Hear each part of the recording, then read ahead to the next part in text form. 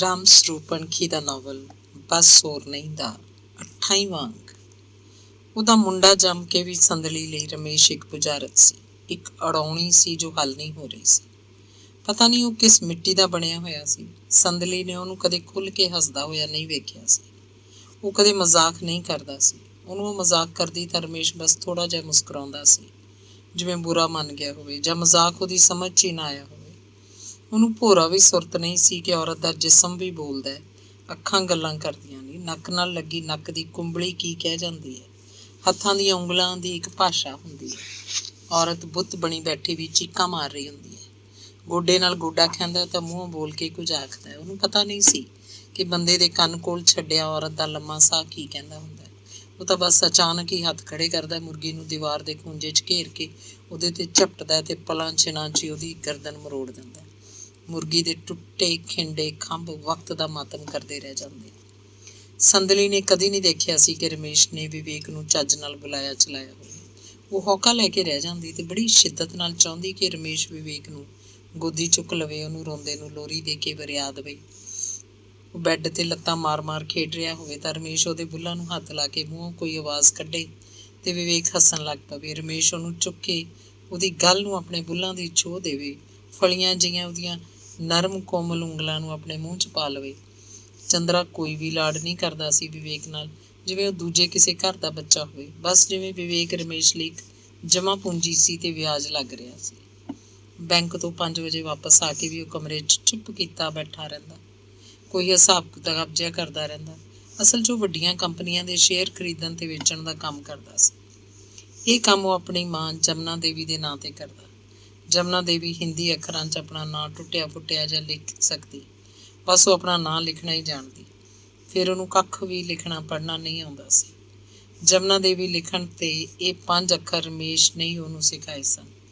ਆ, ਏ ਤੇ ਈ ਦੀ ਮਾਤਰਾ ਪਾਉਣ ਵੇਲੇ ਉਹ ਠੁੰਗ ਜਿਹਾ ਮਾਰ ਦਿੰਦੀ ਤੇ ਇਹ 5 ਅੱਖਰ ਜਮਨਾ ਦੇਵੀ ਬਣ ਜਾਂਦੇ। ਉਹਨੂੰ ਨਹੀਂ ਪਤਾ ਸੀ ਕਿ ਰਮੇਸ਼ ਉਹਦੇ ਨਾਂ 'ਤੇ ਕੀ ਸਿਆਹ ਸਫੈਦ ਕਰ ਰਿਹਾ। ਕਦੇ ਕਦੇ ਉਹਨੂੰ ਇੰਨਾ ਹੀ ਦੱਸਦਾ, ਮਾਂ ਆਪਾਂ ਲੱਖਾਂਪਤੀ ਨਹੀਂ ਕਰੋੜਾਂਪਤੀ ਬਣ ਜਾਣਾ ਇੱਕ ਦਿਨ। ਬਾਈ ਜਿਉਂਦਾ ਹੁੰਦਾ ਤਾਂ ਉਹਨੇ ਕਿੰਨਾ ਖੁਸ਼ ਹੋਣਾ ਸੀ। ਰਮੇਸ਼ ਦੀ ਗੱਲ ਸੁਣ ਕੇ ਜਮਨਾ ਦੇਵੀ ਦੀਆਂ ਅੱਖਾਂ 'ਚ ਚਮਕ ਆ ਜਾਂਦੀ। ਸੰਦਲੀ ਦੀਆਂ ਅੱਖਾਂ 'ਚ ਚਮਕ ਨਹੀਂ ਸੀ। ਉਹ ਆਪਣੇ ਮਨ ਨਾਲ ਗੱਲਾਂ ਕਰਦੀ। ਬੰਦੇ ਲਈ ਪੈਸਾ ਹੀ ਤਾਂ ਸਭ ਕੁਝ ਨਹੀਂ। ਇਸ ਕੋਲ ਪਤਨੀ ਪਿਆਰ ਦਾ ਖਜ਼ਾਨਾ ਤਾਂ ਬਿਲਕੁਲ ਹੀ ਖਾਲੀ ਪਿਆ। ਇਹਦੇ ਕੋਲ ਉਹ ਚੀਜ਼ ਤਾਂ ਹੈ ਹੀ ਨਹੀਂ ਕਿਧਰੇ, ਜਿਹਦੇ ਕਰਕੇ ਬੰਦਾ ਭੁੱਖਾ ਨੰਗਾ ਰਹਿ ਕੇ ਵੀ ਅਸਮਾਨ ਚੁੱਡਿਆ ਫਿਰਦਾ ਰਹਿੰਦਾ। ਕੀ ਕਰੂਗਾ ਪੈਸੇ ਨੂੰ? ਜਿਹੜਾ ਪੈਸਾ ਕੀ ਫੂਕਣਾ ਹੁੰਦਾ ਕਿਸੇ ਨੇ। ਇਹਦੀ ਤੀਵੀਂ ਕੋਲ ਪਿਆਰ ਦੀ ਮਾਇਆ ਤਾਂ ਫੁੱਟੀ ਕੌਡੀ ਵੀ ਨਹੀਂ। ਇਹ ਨੀਰਸ ਜ਼ਿੰਦਗੀ ਜਿਉਂ ਰਹੀ ਸੀ ਸੰਦਲੀ। ਦਿਨ ਚੜ੍ਹਦਾ ਛਿਪ ਜਾਂਦਾ, ਰਾਤ ਪੈਂਦੀ ਮੁੱਕਣ 'ਚ ਨਹੀਂ ਆਉਂਦੀ ਸੀ। ਇਸ ਰਾਤ ਦੀ ਸਵੇਰ ਕੋਈ ਨਹੀਂ ਸੀ। ਉਹ ਸਵੇਰਾ ਸਦਿਆਂ ਜਾਗਦੀ। ਉਹਦਾ ਸਿਰ ਭਾਰੀ ਹੁੰਦਾ, ਮੂੰਹ ਕੌੜਾ ਜਿਵੇਂ ਨਿੰਮ ਦੇ ਪੱਤੇ ਚੱਬੇ ਹੋਣ। ਉਹ ਬੜਾ ਹੀ ਮਨ ਮਾਰ ਕੇ ਸਵੇਰ ਦੇ ਧੰਦੇ ਨਿਪਟਾਉਂਦੀ। ਘਰ ਦੀ ਸਫਾਈ, ਫੇਰ ਪੋਚੇ, ਕੱਪੜਿਆਂ ਦਾ ਅੰਬਾਰ ਲੱਗਿਆ ਹੁੰਦਾ। ਮੋਟੇ ਕੱਪੜੇ ਉੱਤੇ ਥਾਪਾ ਮਾਰਦੀ, ਸੱਟ ਜਿਵੇਂ ਉਹਦੇ ਆਪਣੇ ਸਿਰ 'ਚ ਲੱਗਦੀ ਹੋਵੇ। ਉਹਨੂੰ ਲੱਗਦਾ ਇਹ ਬਹੂਆਂ ਵਾਲੇ ਕੰਮ ਨਹੀਂ ਸਨ, ਨੌਕਰਾਣੀਆਂ ਵਾਲੇ ਕੰਮ ਸਨ। ਉਹਦੇ ਧੁਰ ਅੰਦਰਲਾ ਚਿੱਤ ਗਵਾਹੀ ਭਰਦਾ ਕਿ ਕਮਲਾ ਤੇ ਉਹਦੇ ਵਿੱਚ ਕੋਈ ਫਰਕ ਨਹੀਂ ਹੈ। ਰਮੇਸ਼ ਲਈ ਉਹ ਕਮਲਾ ਤੋਂ ਵੱਧ ਕੁਝ ਨਹੀਂ। ਜ਼ਰੂਰਤ ਵੇਲੇ ਕਮਲਾ ਨੂੰ ਵਰਤ ਲੈਂਦਾ ਸੀ, ਹੁਣ ਜ਼ਰੂਰਤ ਵੇਲੇ ਉਹਨੂੰ ਵਰਤ ਲੈਂਦਾ। ਇਸ ਘਰ 'ਚੋਂ ਕਮਾ ਕੇ ਦੇਣ ਵਾਲੀ ਬਹੂ ਹੈ, ਅੰਡੇ ਦੇਣ ਵਾਲੀ ਮੁਰਗੀ। ਮਸ਼ੀਨ ਸੀ। ਬੱਚਾ ਜੰਮ ਕੇ ਦੇ ਦਿੱਤਾ, ਬੱਚਾ ਜੰਮ ਕੇ ਨਾ ਦਿੰਦੀ ਤਾਂ ਇਹ ਮਸ਼ੀਨ ਕੰਡਮ ਮਸ਼ੀਨ ਸੀ। ਕੰਡਮ ਚੀਜ਼ ਨੂੰ ਕੋਈ ਘਰ 'ਚ ਨਹੀਂ ਰੱਖਦਾ, ਨਵੀਂ ਮਸ਼ੀਨ ਦੀ ਜ਼ਰੂਰਤ ਪੈਦਾ ਹੋ ਜਾਂਦੀ ਹੈ। ਸੈਕਸ ਪੱਖੋਂ ਵੀ ਉਹ ਵਰਤਣ ਵਾਲੀ ਮਸ਼ੀਨ ਹੈ, ਜਦੋਂ ਲੋੜ ਪਈ ਵਰਤ ਲਈ, ਜਿਵੇਂ ਕੱਪੜਿਆਂ ਦੀ ਮੈਲ ਕੱਢਣ ਲਈ ਵਾਸ਼ਿੰਗ ਮਸ਼ੀਨ। ਰਮੇਸ਼ ਆਪਣੇ ਅੰਦਰੋਂ ਗੰਦਾ ਪਾਣੀ ਕੱਢਣ ਲਈ ਇਸ ਮਸ਼ੀਨ ਦੀ ਵਰਤੋਂ ਕਰਦਾ ਹੈ, ਹੋਰ ਕੀ। ਉਹਦੇ ਸਕੂਲ ਜਾਣ ਵੇਲੇ ਨੂੰ ਟੋਨੀ ਆ ਜਾਂਦੀ। ਉਹ ਸਾਰੇ ਕੰਮ ਨਿਬੇੜ ਕੇ ਵਿਵੇਕ ਨੂੰ ਦੁੱਧ ਦੇ ਚੁੱਕੀ ਹੁੰਦੀ। ਬਾਅਦ 'ਚ ਟੋਨੀ ਮੁੰਡੇ ਨੂੰ ਸਾਂਭਦੀ। ਉਹ ਖੇਡਦਾ ਖੇਡਦਾ ਸੌਂ ਜਾਂਦਾ ਜਾਂ ਜਮਨਾ ਦੇਵੀ ਉਹਨੂੰ ਪਲ ਝੱਟ ਲਈ ਫੜ ਲੈਂਦੀ ਤਾਂ ਟੋਨੀ ਰਸੋਈ ਦੇ ਭਾਂਡੇ ਸਾਫ਼ ਕਰ ਦਿੰਦੀ। ਹੋਰ ਨਿੱਕੇ ਮੋਟੇ ਕੰਮ ਜਿਹੜੇ ਜਮਨਾ ਦੇਵੀ ਉਹਨੂੰ ਕਹਿੰਦੀ ਉਹ ਕਰੀ ਜਾਂਦੀ। ਰਮੇਸ਼ ਨਹਾ ਧੋ ਕੇ ਬੈਂਕ ਜਾਣ ਲਈ ਤਿਆਰ ਹੁੰਦਾ ਤੇ ਤੁਰਨ ਤੋਂ ਪਹਿਲਾਂ ਡੱਬੇ 'ਚ ਰੱਖੀਆਂ 2 ਪਰੌਂਠੀਆਂ, ਅਚਾਰ ਕੋਈ ਜਾਂ ਪੁਦੀਨੇ ਦੀ ਚਟਨੀ ਨਾਲ ਖਾ ਲੈਂਦਾ। ਉਹ 2 ਪਰੌਂਠੀਆਂ ਟੋਨੀ ਨੂੰ ਵੀ ਦੇ ਦਿੰਦਾ ਸੀ। ਚਾਹ ਬਣਾਉਣ ਲਈ ਟੋਨੀ ਨੂੰ ਆਖਦਾ। ਜਮਨਾ ਦੇਵੀ ਆਪ ਡੱਬੇ 'ਚੋਂ ਕੱਢ ਕੇ 1 ਪਰੌਂਠੀ ਖਾ ਲੈਂਦੀ ਸੀ। ਦੁਪਹਿਰ ਲਈ ਰੋਟੀਆਂ ਤੇ ਸਬਜ਼ੀ ਜਾਂ ਦਾਲ ਸੰਦਲੀ ਸਵੇਰੇ ਹੀ ਬਣਾ ਜਾਂਦੀ। ਜਮਨਾ ਦੇਵੀ ਤੇ ਟੋਨੀ ਜਦੋਂ ਦਿਲ ਕਰਦਾ ਦੁਪਹਿਰ ਦੀ ਰੋਟੀ ਖਾ ਲੈਂਦੀਆਂ। ਰਮੇਸ਼ ਦੁਪਹਿਰ ਦੀ ਰੋਟੀ ਖਾਣ 2 ਵਜੇ ਤੋਂ ਬਾਅਦ ਕਦੇ ਘਰ ਆਉਂਦਾ, ਕਦੇ ਆਉਂਦਾ ਹੀ ਨਹੀਂ। ਬੈਂਕ ਵਿੱਚ ਹੀ ਕੁਝ ਬਾਹਰੋਂ ਮੰਗਵਾ ਕੇ ਖਾ ਪੀ ਲੈਂਦਾ ਸੀ। ਉਹ ਮਰਜ਼ੀ ਦਾ ਮਾਲਕ ਸੀ। ਪਰ ਕਦੇ ਕਦੇ ਉਹ ਭੱਜਿਆ ਭੱਜਿਆ ਘਰ ਆਉਂਦਾ। ਬੈਂਕ ਨੇੜੇ ਹੀ ਤਾਂ ਸੀ। ਰੋਟੀ ਨਹੀਂ ਖਾਂਦਾ ਸੀ। ਚਾਹ ਬਣਾਉਣ ਲਈ ਟੋਨੀ ਨੂੰ ਆਖਦਾ, ਮਾਂ ਮੁੰਡੇ ਨੂੰ ਸਾਂਭੀ ਪਰਾਂ ਕਿਧਰੇ ਬੈਠੀ ਹੁੰਦੀ। ਉਹ ਆਪ ਵੀ ਰਸੋਈ 'ਚ ਵੜਿਆ ਰਹਿੰਦਾ। ਪਤਾ ਨਹੀਂ ਕਿਹੜੇ ਵੇਲੇ ਚਾਹ ਪੀਂਦਾ, ਬੈਂਕ ਨੂੰ ਵਾਪਸ ਭੱਜ ਜਾਂਦਾ। ਸਕੂਲ 'ਚ ਵਿਹਲੇ ਪੀਰੀਅਡ ਵੇਲੇ ਮਾਸਟਰਾਣੀਆਂ ਘਰਾਂ ਦੀਆਂ ਗੱਲਾਂ ਲੈ ਕੇ ਬੈਠ ਜਾਂਦੀਆਂ, ਹੱਸਦੀਆਂ, ਗੱਲ ਕਰਕੇ ਕਦੇ ਚੁੱਪ ਹੋ ਜਾਂਦੀਆਂ, ਉਦਾਸ ਵੀ। ਅੱਧ ਖੜਾ ਆਪਣੇ ਮੁੰਡੇ ਕੁੜੀਆਂ ਦੀਆਂ ਗੱਲਾਂ ਕਰਦੀਆਂ, ਨਵੀਂ ਉਮਰ ਦੀ, ਸੱਸ ਸਹੁਰੇ ਦੀਆਂ ਜਾਂ ਆਪਣੇ ਘਰ ਵਾਲੇ ਦੀਆਂ। ਕਦੇ ਉੱਚਾ ਬੋਲ ਕੇ, ਕਦੇ ਘੁਸਰ ਮੁਸਰ। ਨਹੀਂ ਉਸ਼ਾ, ਤੇਰਾ ਤਾਂ ਬਾਹਲਾ ਸਾਊ ਜਿਹਾ ਲੱਗਦਾ। ਸਾਊ ਜਾ ਨਹੀਂ, ਮਾਊ ਜਾ ਆਖ। ਨਹੀਂ ਤੁਸੀਂ ਕਿੰਨੇ ਦਿਨਾਂ ਪਿੱਛੋਂ? ਉਹ ਤਾਂ ਨਿੱਤੀ ਸਾਊ ਸੂ ਉਹ ਕੋਈ ਨਹੀਂ ਭੈਣੇ। ਨਹੀਂ ਐਡੇ ਕੀ ਚਿੜੇ ਖਾਧੇ ਹੋਏ ਨੇ ਉਹਨੇ। ਦੇਖਣ 'ਚ ਤਾਂ ਹੱਡੀਆਂ ਦੀ ਮੁੱਠ ਹੈ। ਪੁੱਛਣਾ ਭੈਣੇ। ਨਾ ਮੇਰਾ ਤਾਂ ਹੌਂਕਣ ਲੱਗ ਪੈਂਦਾ। ਦੇਈ ਬੁਲਾ ਰੱਖੀ ਹੈ, ਹੋਰ ਕੀ ਹੈ ਉਹਦੇ 'ਚ। ਨਹੀਂ ਹੋਰ ਭਾਈ, ਫਿਰ ਤੇਰਾ ਕਿਵੇਂ ਸਰਦਾ? ਗੁਜ਼ਾਰਾ ਹੀ ਹੈ, ਹੋਰ ਕੀ, ਰੁੱਖੀ ਮਿੱਸੀ ਖਾ ਕੇ। ਨਹੀਂ ਤੇਰਾ ਦੱਸ ਕਿਵੇਂ ਹੈ? ਮੇਰਾ ਵੀ ਇਹਦੇ ਵਰਗਾ ਹੀ ਆ, ਬਸ ਗੈਸ ਪਲਾਂਟ ਆ। ਇਹ ਕੀ ਹੁੰਦਾ? ਪਿਛਲੇ ਸਮਿਆਂ 'ਚ ਲਾਰੀਆਂ ਹੁੰਦੀਆਂ, ਉਹਨਾਂ ਨੂੰ ਗੈਸ ਪਲਾਂਟ ਕਹਿੰਦੇ ਹੁੰਦੇ। ਸਿਆਲਾਂ 'ਚੋਂ ਮਸਾਂ ਚੱਲਣ ਲੱਗਦੀਆਂ, ਇੰਜਨ ਥੱਲੇ ਅੱਗ ਬਾਲਦੇ, ਹੈਂਡਲ ਮਾਰੀ ਜਾਂਦੇ, ਫਿਰ ਕਿਤੇ ਜਾ ਕੇ ਸਟਾਰਟ ਹੁੰਦੀਆਂ ਸੀ। ਬਸ ਉਹ ਹਾਲ ਹੈ ਮੇਰੇ ਵਾਲੇ ਦਾ ਤਾਂ। ਮਸਾਂ ਸਟਾਰਟ ਕਰੀਦਾ। ਕਮਰੇ 'ਚ ਉੱਚੇ ਹਾਸੇ ਦੀ ਲਹਿਰ ਕੰਧਾਂ ਨਾਲ ਟਕਰਾਉਣ ਲੱਗਦੀ। ਹਾਸਾ ਹਾਲੇ ਥੰਮਿਆ ਨਹੀਂ ਹੁੰਦਾ ਸੀ। ਕੋਈ ਜਣੀ ਬੋਲਦੀ, ਨਹੀਂ ਊਸ਼ਾ ਨੂੰ ਪੁੱਛਦੀਆਂ, ਇੱਕ ਦਿਨ ਵਾਸਤੇ ਆਪਦੇ ਵਾਲਾ ਮਾਊਂ ਜਾਂ ਸਾਨੂੰ ਦੇ ਦਿਆ ਕਰੇ। ਇਸ ਵਾਰ ਤਾਂ ਹਾਸੇ ਦੀਆਂ ਪਿਚਕਾਰੀਆਂ ਕਮਰੇ ਦੀਆਂ ਛੱਤਾਂ ਨਾਲ ਜਾ ਲੱਗਦੀਆਂ। ਕੋਲ ਬੈਠੀ ਸੰਦਲੀ ਹੱਸਣਾ ਤਾਂ ਚਾਹੁੰਦੀ, ਪਰ ਉਹਦਾ ਮੂੰਹ ਨਹੀਂ ਖੁੱਲ੍ਹਦਾ ਸੀ। ਅੱਖਾਂ ਵਿੱਚੋਂ ਹੀ ਚਮਕ ਜਿਹੀ ਆਉਂਦੀ। ਤੇ ਬਸ ਉਹਦਾ ਦੁੱਖ ਹੋਰ ਸੀ। ਉਹ ਦੁੱਖ ਦੂਜੀਆਂ ਵਾਂਗ ਦੱਸਣ ਵਾਲਾ ਨਹੀਂ ਸੀ, ਸਿਰਫ ਮਹਿਸੂਸ ਕੀਤਾ ਜਾ ਸਕਦਾ। ਕੁੜੇ ਸੰਦਲੀ, ਤੂੰ ਚੁੱਪ ਜਾ ਕੇ ਬੈਠੀ ਰਹਿੰਦੀ ਹੈ। ਤੂੰ ਕਦੇ ਗੱਲ ਹੀ ਨਹੀਂ ਸੁਣਾਈ। ਕੋਈ ਉਹਨੂੰ ਗੰਭੀਰ ਹੋ ਕੇ ਪੁੱਛਣ ਬੈਠ ਜਾਂਦੇ। ਨਹੀਂ ਬਸ ਠੀਕ ਹੈ, ਉਹ ਖੁਸ਼ਕ ਜਿਹਾ ਹੱਸਦੀ। ਤੂੰ ਕਿਵੇਂ ਹੈ? ਠੀਕ ਹੈ। ਠੀਕ ਦਾ ਮਤਲਬ? ਸੰਦਲੀ ਅੱਖਾਂ ਭਰ ਲੈਂਦੀ, ਮੂੰਹ ਪਰਾਂ ਕਰ ਲੈਂਦੀ। ਉਹਨੂੰ ਦੇਖ ਕੇ ਦੂਜੀਆਂ ਦੇ ਚਿਹਰੇ ਵੀ ਪਲ ਛਿਨ ਲਈ ਉਦਾਸੀ ਫੜ ਲੈਂਦੀ। ਇੰਨੇ ਨੂੰ ਘੰਟੀ ਵੱਜ ਜਾਂਦੀ।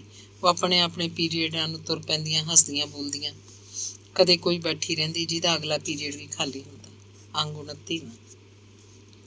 ਵਿਵੇਕ 1.25 ਸਾਲ ਤੋਂ ਉੱਤੇ ਸੀ। ਵਿਹੜੇ 'ਚ ਭੱਜਿਆ ਫਿਰਦਾ। ਕਾਲਾ ਬਹੁਤ ਸੀ, ਡਿੱਗ ਪੈਂਦਾ। ਉਹਦੇ ਸੱਟ ਨਹੀਂ ਲੱਗਦੀ ਸੀ, ਜਿਵੇਂ ਰਬੜ ਦਾ ਕਾਕਾ। ਰਬੜ ਦੇ ਕੀ ਸੱਟ ਲੱਗਣੀ ਹੋਈ। ਕਮਰਿਆਂ 'ਚ ਜਾ ਕੇ ਚੀਜ਼ਾਂ ਨੂੰ ਛੇੜਦਾ। ਕਈ ਚੀਜ਼ਾਂ ਉਹਨੇ ਭੰਨ ਤੋੜ ਸੁੱਟੀਆਂ। ਜਮਨਾ ਦੇਵੀ ਬੋਲਦੀ, ਝਿੜਕਦੀ ਰਹਿ ਜਾਂਦੀ। ਉਹ ਕਿਸੇ ਦੀ ਨਹੀਂ ਸੁਣਦਾ ਸੀ। ਟੋਨੀ ਜਦੋਂ ਹੁੰਦੀ ਉਹਦੇ ਮਗਰ ਮਗਰ ਫਿਰਦੀ ਰਹਿੰਦੀ। ਗੋਦੀ ਚੁੱਕਦੀ ਤਾਂ ਉਹ ਚੀਕਾਂ ਮਾਰਨ ਲੱਗ ਪੈਂਦਾ। ਖੇਡ ਕੇ ਖੁਸ਼ ਸੀ, ਬੋਲਣ ਲੱਗ ਪਿਆ ਸੀ। ਉਹਦੇ ਕੁਝ ਸ਼ਬਦ ਸਮਝ 'ਚ ਆਉਂਦੇ, ਬਹੁਤੇ ਨਹੀਂ ਆਉਂਦੇ ਸੀ। ਉਹਦੀ ਆਪਣੀ ਭਾਸ਼ਾ ਸੀ। ਸੁਣ ਕੇ ਸਭ ਹੱਸਣ ਲੱਗਦੇ, ਖੁਸ਼ ਹੁੰਦੇ। ਜਮਨਾ ਦੇਵੀ ਉਹਦੇ ਨਾਲ ਹਰ ਵੇਲੇ ਮਗਜਾਲੀ ਮਾਰਦੀ ਰਹਿੰਦੀ। ਸੰਦਲੀ ਵੀ ਗੱਲਾਂ ਕਰਦੀ। ਟੋਨੀ ਮੁੰਡੇ ਨਾਲ ਗੱਲਾਂ ਮਾਰਦੀ, ਖੇਡਣ ਲੱਗਦੀ।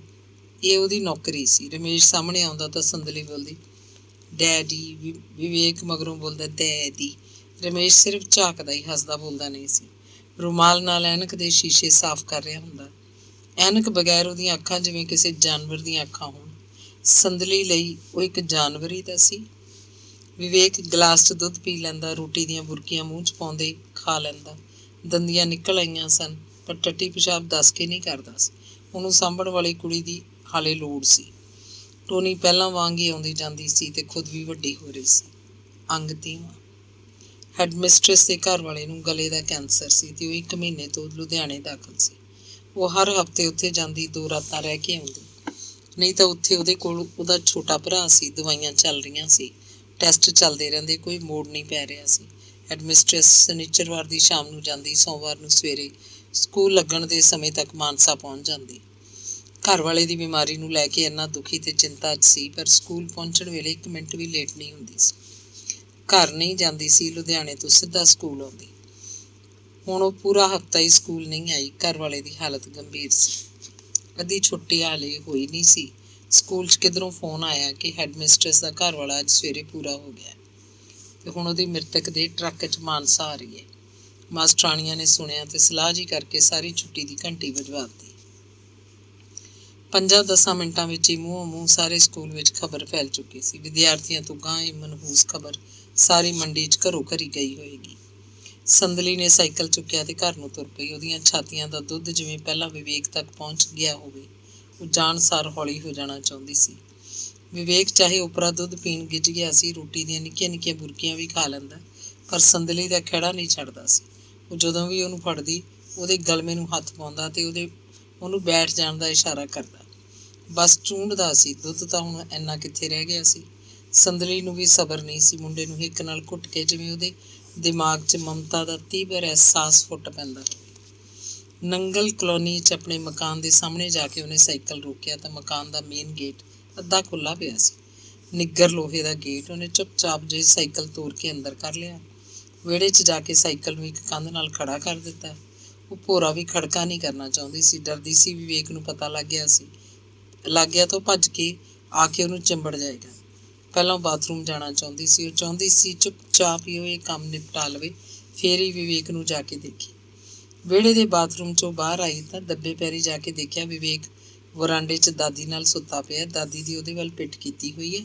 ਉਹ ਵੀ ਘੂਕ ਸੁੱਤੀ ਪਈ ਹੈ ਤਾਂ ਕਿ ਟੋਨੀ ਆ ਜਾਈ ਨਹੀਂ ਜਾਂ ਆ ਕੇ ਚਲੀ ਗਈ। ਉਹਨੇ ਆਪਣੇ ਆਪ ਨੂੰ ਜਿਵੇਂ ਪੁੱਛਿਆ ਹੋਵੇ, ਪਰ ਉਹ ਬੋਲੀ ਨਹੀਂ। ਸੱਸ ਨੂੰ ਕੁਝ ਵੀ ਪੁੱਛਿਆ ਨਹੀਂ। ਆਪਣੇ ਬੈਡਰੂਮ 'ਚ ਰਮੇਸ਼ ਟੋਨੀ ਨੂੰ ਜਕੜੀ ਪਿਆ ਬੇਤਹਾਸ਼ਾ ਚੁੰਮ ਰਿਹਾ ਸੀ। ਉਹ ਬੇਸੁੱਧ ਸੀ। ਸੰਦਲੀ ਆਈ ਦਾ ਕੋਈ ਖੜਾਕ ਉਹਨੂੰ ਸੁਣਿਆ ਨਹੀਂ ਹੋਏਗਾ। ਸੰਦਲੀ ਨੇ ਬਾਹਰੋਂ ਹੀ ਉਹਨਾਂ ਨੂੰ ਇਸ ਹਾਲਤ 'ਚ ਦੇਖਿਆ ਤਾਂ ਬਿੰਦ ਦੀ ਬਿੰਦ ਸੁੰਨ ਹੋ ਕੇ ਰਹਿ ਗਈ, ਜਿਵੇਂ ਉਹ ਕੁਝ ਵੀ ਨਾ ਕਰ ਸਕਦੀ ਹੋਵੇ। ਅਖੀਰ ਉਹਨੇ ਇੱਧਰੋਂ ਉੱਧਰੋਂ ਕਿਤੋਂ ਇੱਕ ਡੰਡਾ ਲੱਭਿਆ। ਤਦ ਤੱਕ ਟੋਨੀ ਬਾਹਰ ਆ ਚੁੱਕੀ ਸੀ। ਉਹਨੇ ਟਕਾ ਕੇ 3-4 ਡੰਡੇ ਟੋਨੀ ਦੇ ਮੋਢਿਆਂ ਤੇ, ਪਿੱਠ ਤੇ, ਲੱਤਾਂ ਉੱਤੇ ਜੜਤੇ। ਉਹ ਸੰਦਲੀ ਦੇ ਪੈਰਾਂ 'ਚ ਡਿੱਗੀ ਫੁੱਟ ਫੁੱਟ ਰੋ ਰਹੀ ਸੀ ਤੇ ਆਖ ਰਹੀ ਸੀ, ਬੀਬੀ ਜੀ ਮੇਰਾ ਕੋਈ ਕਸੂਰ ਨਹੀਂ। ਬਾਊ ਜੀ ਮੈਨੂੰ ਮੱਲੋ ਮੱਲੀ ਅੰਦਰ ਘੜੀਸ ਕੇ ਲੈ ਜਾਂਦੇ ਆ। ਮੈਨੂੰ ਵੱਢ ਦਿਓ, ਟੋਟੇ ਟੋਟੇ ਕਰ ਦਿਓ, ਮੈਂ ਬੇਕਸੂਰ ਹਾਂ। ਜਮਨਾ ਦੇਵੀ ਜਾਗ ਉੱਠੀ ਸੀ ਤੇ ਵਿਵੇਕ ਵੀ। ਸੱਸ ਨੂੰ ਕੋਈ ਪਤਾ ਨਹੀਂ ਸੀ ਕਿ ਕੀ ਭਾਣਾ ਬੀਤ ਗਿਆ। ਬਹੂ ਕਿਉਂ ਟੋਨੀ ਨੂੰ ਕੁੱਟ ਰਹੀ ਹੈ। ਵਿਵੇਕ ਰੋਂਦਾ ਰੋਂਦਾ ਸੰਦਲੀ ਦੀਆਂ ਲੱਤਾਂ ਨੂੰ ਚਿੰਬੜ ਰਿਹਾ ਸੀ। ਉਹਨੇ ਮੁੰਡੇ ਨੂੰ ਪਰਾਂ ਵਗਾ ਮਾਰਿਆ ਤੇ ਸੱਸ ਤੇ ਟੁੱਟ ਕੇ ਪੈ ਗਈ। ਮਾਤਾ ਜੀ, ਤੁਹਾਨੂੰ ਕੋਈ ਪਤਾ ਨਹੀਂ ਵੀ ਘਰ 'ਚ ਹੋ ਕੀ ਰਿਹਾ? ਗੋਲੀਆਂ ਦੇ ਨਸ਼ੇ 'ਚ ਸੁੱਤੇ ਰਹਿੰਦੇ ਹੋ ਸਾਰਾ ਦਿਨ। ਮੈਨੂੰ ਤਾਂ ਬਹੂ ਕਾਸੇ ਦਾ ਪਤਾ ਨਹੀਂ। ਕਿਉਂ ਮਾਰਿਆ ਤੂੰ ਇਸ ਗਰੀਬਣੀ ਕੁੜੀ ਨੂੰ? ਇਹ ਗਰੀਬਣੀ ਨਹੀਂ ਹੈਗੀ, ਤੇਰਾ ਪੁੱਤ ਕਬੀ ਜੰਮਿਆ ਜਿਹੜਾ ਤੂੰ ਨਿੱਤ ਖੇ ਖਾਂਦਾ ਇਹਦੇ ਨਾਲ। ਅੱਜ ਉੱਤੋਂ ਫੜਿਆ ਮੈਂ। ਨਾ ਭਾਈ, ਇਹਦੀ ਕੋਈ ਉਮਰ ਹੈ ਹਾਲੇ ਹੀ ਇਹਨਾਂ ਕੰਮਾਂ ਦੀ। ਹੋਰ ਮਾਤਾ, ਮੈਂ ਝੂਠ ਬੋਲਦੀ ਹਾਂ? ਉਹ ਚੀਕ ਮਾਰ ਕੇ ਉੱਚਾ ਬੋਲੀ। ਕੀ ਕਹਿ ਸਕਦੇ ਹਾਂ ਭਾਈ, ਬੁੜੀ ਦੀ ਆਪ ਸੁਰਤ ਮਾਰੀ ਪਈ ਸੀ ਕਿ ਇਹ ਕੀ ਹੋ ਗਿਆ। ਤੂੰ ਆਪ ਦੱਸ ਨੀ ਕੀ ਹੁੰਦਾ ਨਿੱਤ ਤੇਰੇ ਨਾਲ। ਸੰਦਲੀ ਨੇ ਟੋਨੀ ਨੂੰ ਬਾਹੋਂ ਫੜ ਕੇ ਜਮਨਾ ਦੇਵੀ ਵੱਲ ਧੱਕਾ ਦੇ ਦਿੱਤਾ। ਟੋਨੀ ਬਸ ਰੋ ਰਹੀ ਸੀ। ਵਿਵੇਕ ਚੁੱਪ ਬੈਠਾ ਉਹਨਾਂ ਸਭਨਾਂ ਨੂੰ ਦੇਖ ਰਿਹਾ ਸੀ। ਬਾਲ ਮੰਨ ਲਈ ਜਿਵੇਂ ਉਹ ਇੱਕ ਤਮਾਸ਼ਾ ਹੋਵੇ। ਕਿੱਥੇ ਆ ਰਮੇਸ਼? ਬੁੜੀ ਮਸਾਂ ਉੱਠੀ। ਹੁਣ ਇੱਥੇ ਕਿੱਥੇ ਆ? ਉਹ ਭੱਜ ਗਿਆ ਘਰੋਂ, ਪਤਾ ਨਹੀਂ ਕਿਹੜੇ ਵੇਲੇ। ਸੰਦਲੀ ਪਰੇ ਪਏ ਡੰਡੇ ਵੱਲ ਝਾਕ ਰਹੀ ਸੀ। ਟੋਨੀ ਮੁੰਡਾ ਚੁੱਕੀ ਖੜੀ ਸੀ। ਸੰਦਲੀ ਨੇ ਉਹਦੇ ਗੋਦੀਓਂ ਵਿਵੇਕ ਖੋਇਆ ਤੇ ਧੱਕਾ ਦੇ ਕੇ ਕਿਹਾ, ਚੱਲ ਨਿਕਲ ਇੱਥੋਂ, ਮੁੜ ਕੇ ਨਾ ਆਈ ਇਸ ਘਰ, ਨਹੀਂ ਤਾਂ ਵੱਢ ਕੇ ਡੱਕਰੇ ਕਰ ਦੂੰਗੀ।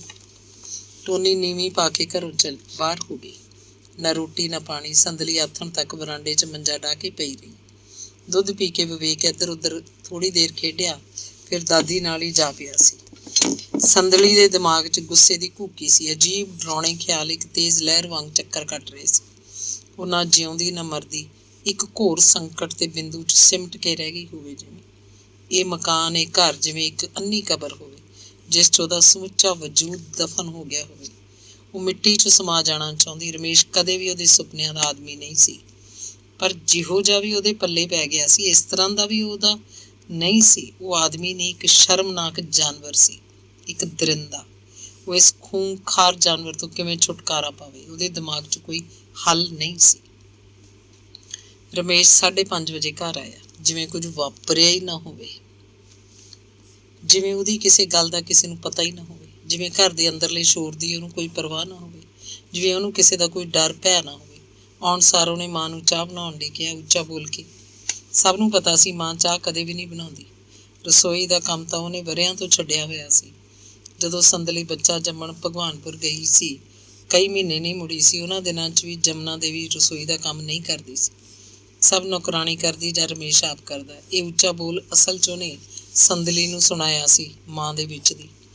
ਡੰਡਾ ਛਾਪਲੇ ਹੋਏ ਸੱਪ ਵਾਂਗ ਕੰਧ ਨਾਲ ਲੱਗਿਆ ਪਿਆ ਸੀ। ਰਮੇਸ਼ ਆਪਣੇ ਬੈਡਰੂਮ 'ਚ ਜਾ ਬੈਠਾ ਤੇ ਹੁਣ ਮੱਥੇ ਉੱਤੇ ਹੱਥ ਰੱਖ ਕੇ ਅੱਖਾਂ ਮੀਚੀ ਪਿਆ ਸੀ। ਚਾਹ ਦੀ ਉਡੀਕ ਕਰ ਰਿਹਾ ਹੋਏਗਾ ਜਾਂ ਪਤਾ ਨਹੀਂ ਉਹਨੂੰ ਕਾਹਦੀ ਉਡੀਕ ਸੀ। ਦੁਪਹਿਰੇ ਉਹ ਜਦੋਂ ਘਰੋਂ ਬਾਹਰ ਹੋ ਗਿਆ ਸੀ, ਉਹਨੂੰ ਸ਼ਾਇਦ ਕੋਈ ਪਤਾ ਨਹੀਂ ਸੀ ਕਿ ਮਗਰੋਂ ਘਰ 'ਚ ਕੀ ਹੋਇਆ, ਕਿਹੜੀ ਹੋਣੀ ਅਣਹੋਣੀ ਨੱਚੀ ਸੀ। ਮਨ 'ਚ ਸਾਰੀ ਵਿਉ ਇਕੱਠੀ ਕਰਕੇ ਉਹ ਕਿਸੇ ਭੂਤ ਚੜੇਲ ਵਾਂਗ ਕਮਰੇ ਅੰਦਰ ਹਨੇਰੀ ਦਾ ਬੁੱਲਾ ਬਣ ਕੇ ਗਈ। ਰਮੇਸ਼ ਉੱਤੇ ਡੰਡਿਆਂ ਦਾ ਮੀਂਹ ਵਰਾ ਦਿੱਤਾ। ਉਹਨੂੰ ਕੋਈ ਸੁਰਤ ਨਹੀਂ ਸੀ ਉਹਦੇ ਕਿੱਥੇ ਲੱਗਦੀ ਹੈ, ਲੱਤਾਂ, ਗੋਡੇ, ਹਿੱਕ, ਮੋਢੇ, ਨੱਕ, ਮੂੰਹ ਸਭ ਭੰਨ ਸੁੱਟਿਆ। ਉਹਦੀ ਐਨਕ ਦੇ ਸ਼ੀਸ਼ੇ ਚਕਨਾਚੂਰ ਹੋ ਕੇ ਚਿਹਰੇ ਦੇ ਮਾਸ 'ਚ ਖੁੱਭ ਗਏ। ਉਹ ਲਹੂ ਲੁਹਾਨ ਹੋ ਗਿਆ। ਡੰਡਿਆਂ ਦੀ ਵਾਛੜ ਹੱਥਾਂ ਨਾਲ ਰੋਕਦਾ ਉਹ ਜਿਵੇਂ ਕਿਵੇਂ ਉੱਠਿਆ। ਸੰਦਲੀ ਨੂੰ ਫੜਨਾ ਚਾਹਿਆ ਪਰ ਉਹ ਤਾਂ ਰਮੇਸ਼ ਤੋਂ ਕਈ ਗੁਣਾ ਨਰੋਈ ਸੀ। ਸੰਦਲੀ ਸਾਹਮਣੇ ਉਹ ਇੱਕ ਮੜਚੂ ਬੰਦਾ ਸੀ। ਰਮੇਸ਼ ਨੂੰ ਉਹਨੇ ਕੰਧ ਨਾਲ ਪਟਕਾ ਮਾਰਿਆ। ਉਹ ਬੇਹੋਸ਼ ਹੋਇਆ ਪਿਆ ਸੀ, ਮੁੜ ਕੇ ਨਹੀਂ ਉੱਠ ਸਕਿਆ। ਕੋਈ ਆਵਾਜ਼ ਨਹੀਂ, ਕੋਈ ਚੀਖ ਪੁਕਾਰ ਨਹੀਂ। ਮਸ਼ੀਨ ਜੀ ਤੇਜ਼ੀ ਨਾਲ ਸੰਦਲੀ ਨੇ ਆਪਣਾ ਸਾਈਕਲ ਬਾਹਰ ਕੱਢਿਆ, ਸਟੈਂਡ ਉੱਤੇ ਲਾਤਾ। ਵਿਵੇਕ ਨੂੰ ਆਪਣੇ ਪਰਸ ਵਾਂਗ ਹੀ ਚੁੱਕ ਲਿਆ। ਜਮਨਾ ਦੇਵੀ ਉਹਦੇ ਵੱਲ ਮੁੱਤਰ ਮੁੱਤਰ ਝਾਕ ਰਹੀ ਸੀ। ਉਹਦੇ 'ਚ ਭੋਰਾ ਵੀ ਹਿੰਮਤ ਨਹੀਂ ਸੀ ਕਿ ਬਹੂ ਨੂੰ ਪੁੱਛ ਸਕੇ ਉਹ ਕਿੱਥੇ ਜਾ ਰਹੀ ਹੈ ਇਸ ਵੇਲੇ। ਨਾ ਹੀ ਉਹਨੂੰ ਇਹ ਪਤਾ ਸੀ ਕਿ ਉਹਨਾਂ ਦੇ ਬੈਡਰੂਮ 'ਚ ਕੀ ਵਾਪਰ ਗਿਆ। ਡੰਡਿਆਂ ਦੇ ਖੜਾਕ ਬੁੜੀ ਦੇ ਕੰਨਾਂ ਤੱਕ ਪਹੁੰਚੇ ਨਹੀਂ ਹੋਣਗੇ। ਅੱਡੇ ਉੱਤੇ ਭਗਵਾਨਪੁਰੇ ਨੂੰ ਜਾਣ ਵਾਲੀ ਆਖਰੀ ਬੱਸ ਤਿਆਰ ਖੜੀ ਸੀ। ਸੰਦਲੀ ਨੇ ਸਾਈਕਲ ਨੂੰ ਥਾਂ ਦੀ ਥਾਂ ਸਟੈਂਡ ਲਾ ਦਿੱਤਾ। ਕੋਈ ਉਹਨੂੰ ਚੁੱਕਦਾ ਤਾਂ ਚੁੱਕ ਲਵੇ, ਹੁਣ ਉਹਦੇ ਕੀ ਕੰਮ। ਅੰਗ 31। ਸੰਦਲੀ ਭਗਵਾਨਪੁਰੇ ਪਹੁੰਚੀ ਤਾਂ ਹਨੇਰਾ ਹੋ ਗਿਆ ਸੀ। ਮਾਂ ਬਾਪ ਹੈਰਾਨ ਪਰੇਸ਼ਾਨ ਕਿ ਇਸ ਵਕਤ ਇਸ ਹਾਲਤ 'ਚ ਕਿਉਂ ਆਈ ਹੈ। ਉਹਦਾ ਗੰਭੀਰ ਤੇ ਉਦਾਸ ਚਿਹਰਾ ਵੇਖ ਕੇ ਮਾਂ ਡੂੰਘੀਆਂ ਸੋਚਾਂ 'ਚ ਡੁੱਬ ਗਈ। ਪਾਣੀ ਦਾ ਗਲਾਸ ਦਿੱਤਾ। ਸੰਦਲੀ ਨੇ ਗਲਾਸ ਪਹਿਲਾਂ ਵਿਵੇਕ ਦੇ ਮੂੰਹ ਨੂੰ ਲਾਇਆ, ਫਿਰ ਬਚਦਾ ਪਾਣੀ ਆਪ ਪੀ ਗਈ। ਉਹਨੇ ਮਾਂ ਤੋਂ ਹੋਰ ਪਾਣੀ ਨਹੀਂ ਮੰਗਿਆ। ਰਾਜਕੁਮਾਰ ਤੇ ਉਹਦੀ ਘਰਵਾਲੀ ਸੰਦਲੀ ਦੇ ਸੱਜੇ ਖੱਬੇ ਬੈਠ ਗਏ। ਚੁੱਪ ਬੋਝਲ ਹੁੰਦੀ ਜਾ ਰਹੀ ਸੀ। ਉਹ ਦੋਵੇਂ ਜਿਵੇਂ ਧੀ ਦੇ ਸਮੁੱਚੇ ਵਜੂਦ ਨੂੰ ਟੋਹ ਕੇ ਦੇਖ ਰਹੇ ਹੋਣ। ਫਿਰ ਰਾਜਕੁਮਾਰੀ ਬੋਲਿਆ, ਸੰਦਲੀ ਪੁੱਤ ਇਸ ਵੇਲੇ ਕਿਉਂ ਆਈਆਂ? ਸਦੀਆਂ ਆ ਜਾਂਦੀ। ਸੰਦਲੀ ਕੋਲ ਜਿਵੇਂ ਕੋਈ ਜਵਾਬ ਨਾ ਹੋਵੇ। ਉਹਨੇ ਅੱਖਾਂ ਭਰ ਲਈਆਂ। ਫਿਰ ਹੱਥ ਦੀ ਇੱਕ ਉਂਗਲ ਤੇ ਅੰਗੂਠੇ ਨਾਲ ਉਹਨੇ ਦੋਵੇਂ ਅੱਖਾਂ ਦੀਆਂ ਪਲਕਾਂ ਦੱਬੀਆਂ ਤਾਂ ਦੋ ਮੋਟੇ ਹੰਝੂ ਬਰਸਾਤ ਦੀਆਂ ਪਹਿਲੀਆਂ ਕਣੀਆਂ ਵਾਂਗ ਫਰਸ਼ ਤੇ ਡਿੱਗ ਪਏ। ਉਹ ਕੋਈ ਹੌਸਲਾ ਫੜ ਚੁੱਕੀ ਸੀ। ਕਹਿਣ ਲੱਗੀ, ਰਮੇਸ਼ ਨੇ ਉਹਨੂੰ ਘਰੋਂ ਕੱਢ ਦਿੱਤਾ। ਮਾਂ ਬਾਪ ਇਕੱਠੇ ਹੀ ਬੋਲੇ, ਗੱਲ ਕੀ ਹੋ ਗਈ ਸੀ? ਗੱਲ ਕੋਈ ਖਾਸ ਨਹੀਂ। ਫਿਰ ਵੀ ਮਾਂ ਸੰਦਲੀ ਉੱਤੇ ਉੱਲਰੀ ਬੈਠੀ ਸੀ। ਬਸ ਮੈਂ ਨਹੀਂ ਰਹਿਣਾ ਉਹਨਾਂ ਦੇ। ਹੋਰ ਕਿੱਥੇ ਰਹੇਂਗੀ ਫਿਰ? ਮਾਂ ਨੂੰ ਜਿਵੇਂ ਧੀ ਦੀ ਗੱਲ ਤੇ ਹਾਸਾ ਆਇਆ ਹੋਵੇ। ਕਿਤੇ ਵੀ ਰਹਾਂ, ਮੈਂ ਉਸ ਚੰਡਾਲ ਦੇ ਮੱਥੇ ਨਹੀਂ ਲੱਗਣਾ ਮੁੜ ਕੇ। ਬਸ ਮੇਰਾ ਫੈਸਲਾ ਹੈ। ਮਾਂ ਬਾਪ ਪੁੱਜ ਕੇ ਦੁਖੀ ਸਨ। ਉਹਨਾਂ ਨੂੰ ਸਮਝ ਨਹੀਂ ਆ ਰਹੀ ਸੀ ਕਿ ਉਹ ਸੰਦਲੀ ਦੀ ਇਸ ਗੱਲ ਉੱਤੇ ਹੱਸਣ ਕਿ ਰੋਣ। ਰਾਜਕੁਮਾਰ ਨੇ ਉਸ ਵੇਲੇ ਮਾਨਸਾ ਨੂੰ ਫੋਨ ਕੀਤਾ। ਘੰਟੀ ਤਾਂ ਜਾ ਰਹੀ ਸੀ ਪਰ ਕੋਈ ਚੁੱਕ ਨਹੀਂ ਰਿਹਾ ਸੀ। ਉਹਨੇ ਅੰਦਾਜ਼ਾ ਲਾਇਆ ਕਿ ਫੋਨ ਡੈਡ ਹੈ ਤੇ ਘੰਟੀ ਐਕਸਚੇਂਜ 'ਚ ਜਾ ਰਹੀ ਹੈ। ਸੰਦਲੀ ਦਾ ਮਨ ਹੌਲਾ ਸੀ ਪਰ ਅੰਦਰ ਭਰਿਆ ਜਿਹਾ ਪਿਆ ਸੀ। ਕੁਝ ਵੀ ਖਾਣ ਪੀਣ ਨੂੰ ਦਿਲ ਨਹੀਂ ਕਰਦਾ ਸੀ। ਮਾਂ ਦੇ ਬਹੁਤ ਹੀ ਆਖਣ ਤੇ ਉਹਨੇ ਚਾਹ ਦੀ ਸਿਰਫ ਅੱਧੀ ਪਿਆਲੀ ਪੀਤੀ। ਰੋਟੀ ਨਹੀਂ ਖਾਧੀ, ਨਾ ਹੀ ਸੌਣ ਤੋਂ ਪਹਿਲਾਂ ਕੋਈ ਖਾਸ ਗੱਲਾਂ ਕੀਤੀਆਂ। ਵਿਵੇਕ ਨੇ ਬੁਰਕੀ ਬੁਰਕੀ ਕਰਕੇ ਇੱਕ ਕੇਲਾ ਖਾ ਲਿਆ ਤੇ ਮਗਰੋਂ ਦੁੱਧ ਦਾ ਅੱਧਾ ਗਲਾਸ ਵੀ ਪੀ ਲਿਆ। ਸੌਂ ਗਿਆ। ਉਹਨੇ ਚੜੀ ਲੱਥੀ ਦੀ ਕੋਈ ਖਬਰ ਨਹੀਂ ਸੀ। ਸੰਦਲੀ ਦੀ ਰਾਤ ਨੂੰ ਕਈ ਵਾਰੀ ਜਾਗ ਖੁੱਲੀ ਸੀ ਪਰ ਉਹ ਪਾਸਾ ਮਾਰ ਕੇ ਫਿਰ ਸੌਂ ਜਾਂਦੀ।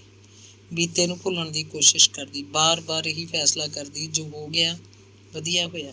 ਨਿੱਤ ਦੇ ਕਲੇਸ਼ ਨਾਲੋਂ ਇਹੀ ਠੀਕ ਸੀ। ਉਹਦਾ ਇਹੀ ਇਲਾਜ ਸੀ। ਅਜਿਹੇ ਘਟੀਆ ਬੰਦੇ ਨਾਲੋਂ ਤਾਂ ਰੰਡੀ ਚੰਗੀ। ਉਹਨੇ ਤਾਂ ਕਦੇ ਵੀ ਉਹਨੂੰ ਨਾ ਮਾਨਸਿਕ ਸੁੱਖ ਦਿੱਤਾ, ਨਾ ਸਰੀਰਕ ਸੁੱਖ। ਸਰੀਰ ਨੂੰ ਇੱਕ ਭੇਦ ਚੰਬੜਿਆ ਹੋਇਆ ਸੀ। ਚੰਗਾ ਹੋਇਆ ਗਲੋਂ ਲੈ ਗਿਆ। ਉਹ ਪਲ ਪਲ ਬਾਅਦ ਹੀ ਦ੍ਰਿੜ ਹੁੰਦੀ ਕਿ ਹੁਣ ਉਹਦੇ ਘਰ ਨਹੀਂ ਵਸੇਗੀ। ਇਕੱਲੀ ਸਾਰੀ ਉਮਰ ਕੱਟ ਲਏਗੀ। ਅਜੇ ਅਣਹੋਏ ਪਤੀ ਨਾਲੋਂ ਤਾਂ ਔਰਤ ਇਕੱਲੀ ਚੰਗੀ। ਉਹ ਆਪਣੇ ਸ਼ੇਰ ਪੁੱਤ ਵਿਵੇਕ ਨੂੰ ਤਸੱਲੀ ਨਾਲ ਪਾਲੇਗੀ, ਪੜ੍ਹਾਏਗੀ, ਲਿਖਾਏਗੀ, ਪੂਰੇ ਚਾਵਾਂ ਨਾਲ ਉਹਦਾ ਵਿਆਹ ਕਰੇਗੀ। ਘਰ ਨੂੰ ਆ ਜਾਏਗੀ ਤਾਂ ਉਹਨੂੰ ਸਾਰੇ ਦੁੱਖ ਭੁੱਲ ਜਾਣਗੇ। ਉਹ ਸਵੇਰੇ ਸਵੇਰੇ ਜਾਗੀ ਤਾਂ ਉਹਦਾ ਚਿੱਤ ਪੂਰਾ ਠੀਕ ਸੀ। ਸੰਦਲੀ ਨੇ ਖੁਦ ਹੀ ਬਾਪ ਨੂੰ ਆਖ ਦਿੱਤਾ ਸੀ ਕਿ ਮਾਨਸਾ ਜਾਣ ਦੀ ਕੋਈ ਲੋੜ ਨਹੀਂ। ਉੱਥੇ ਜਾ ਕੇ ਕੁਝ ਵੀ ਕਹਿਣ ਸੁਣਨ ਦੀ ਜ਼ਰੂਰਤ ਨਹੀਂ। ਹੁਣ ਉਹ ਉਸ ਘਰ ਦੇ ਨਰਕ 'ਚ ਰਹਿਣਾ ਹੀ ਨਹੀਂ ਚਾਹੁੰਦੀ। ਅੰਗ 32। ਉਸ ਸ਼ਾਮ ਸੁਰਤ ਜਿਹੀ ਆਈ ਤੋਂ ਰਮੇਸ਼ ਆਪਣੇ ਬੈੱਡ ਕੋਲੋਂ ਫਰਸ਼ ਉੱਤੇ ਹੌਲੀ ਹੌਲੀ ਉੱਠਿਆ। ਤੁਰਨ ਦੀ ਕੋਸ਼ਿਸ਼ ਕੀਤੀ। ਥਿੜਕਦੇ ਪੈਰਾਂ ਨਾਲ ਉਹ ਲੰਗੜਾ ਰਿਹਾ ਸੀ। ਕਿਵੇਂ ਨਾ ਕਿਵੇਂ ਕਮਰੇ 'ਚੋਂ ਬਾਹਰ ਹੋਇਆ। ਘਰ 'ਚ ਖਾਮੋਸ਼ੀ ਸੀ। ਮਾਂ ਹਮੇਸ਼ਾ ਵਾਂਗ ਵਰਾਂਡੇ 'ਚ ਪਿੱਠ ਕਰਕੇ ਸੁੱਤੀ ਪਈ ਸੀ।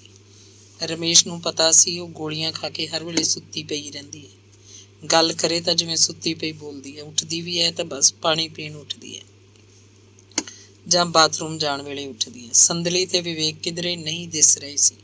ਉਹ ਕਿਸੇ ਕਮਰੇ 'ਚ ਬੈਠੇ ਪਏ ਵੀ ਨਹੀਂ ਸੀ। ਰਸੋਈ ਖੋਲ੍ਹ ਕੇ ਉਹਨੇ ਪਾਣੀ ਪੀਤਾ। ਪਾਣੀ ਪੀ ਕੇ ਜਿਵੇਂ ਉਹਨੂੰ ਔਖੇ ਸਾਹ ਆਉਣ ਲੱਗੇ ਹੋਣ।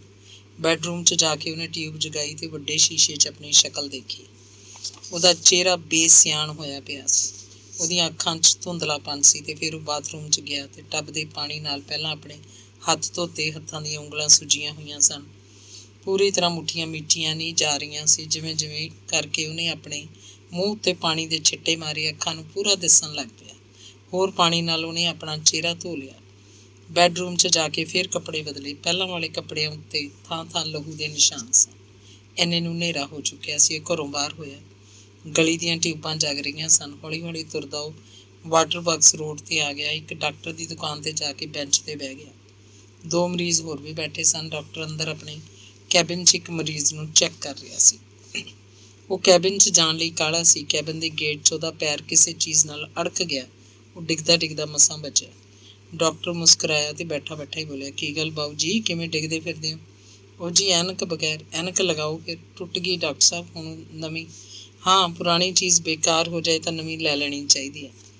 ਡਾਕਟਰ ਨੇ ਉਹਦੇ ਚਿਹਰੇ ਵੱਲ ਦੇਖਿਆ ਤੇ ਪੁੱਛਿਆ, ਹਾਂਜੀ ਕੀ ਤਕਲੀਫ ਹੈ? ਚਿਹਰਾ ਸੁੱਜਿਆ ਸੁੱਜਿਆ ਲੱਗਦਾ। ਪੌੜੀਆਂ ਤੋਂ ਡਿੱਗ ਪਿਆ ਜੀ ਮੈਂ। ਸਿਖਰਲੀ ਪੌੜੀ ਤੋਂ ਪੈਰ ਤਿਲਕ ਗਿਆ, ਥੱਲੇ ਰਿੜਦਾ ਆਇਆ। ਰਮੇਸ਼ ਨੇ ਡਾਕਟਰ ਸਾਹਮਣੇ ਪਏ ਗੋਲ ਸਟੂਲ ਉੱਤੇ ਬੈਠਦਿਆਂ ਦੱਸਿਆ। ਡਾਕਟਰ ਨੇ ਪਹਿਲਾਂ ਉਹਦੀਆਂ ਅੱਖਾਂ ਦੇਖੀਆਂ, ਫਿਰ ਟੂਟੀ ਲਾ ਕੇ ਛਾਤੀ ਦੇਖੀ, ਪਿੱਠ ਦੇਖੀ, ਬਾਹਾਂ ਉੱਤੇ ਥੱਲੇ ਕਰਵਾਈਆਂ। ਖੜਾ ਹੋ ਕੇ ਪੱਬਾਂ ਭਾਰ ਤੁਰਨ ਨੂੰ ਆਖਿਆ। ਪੁੱਛਿਆ, ਕਿਧਰੇ ਕੋਈ ਖਾਸ ਦਰਦ ਤਾਂ ਨਹੀਂ ਹੋ ਰਿਹਾ?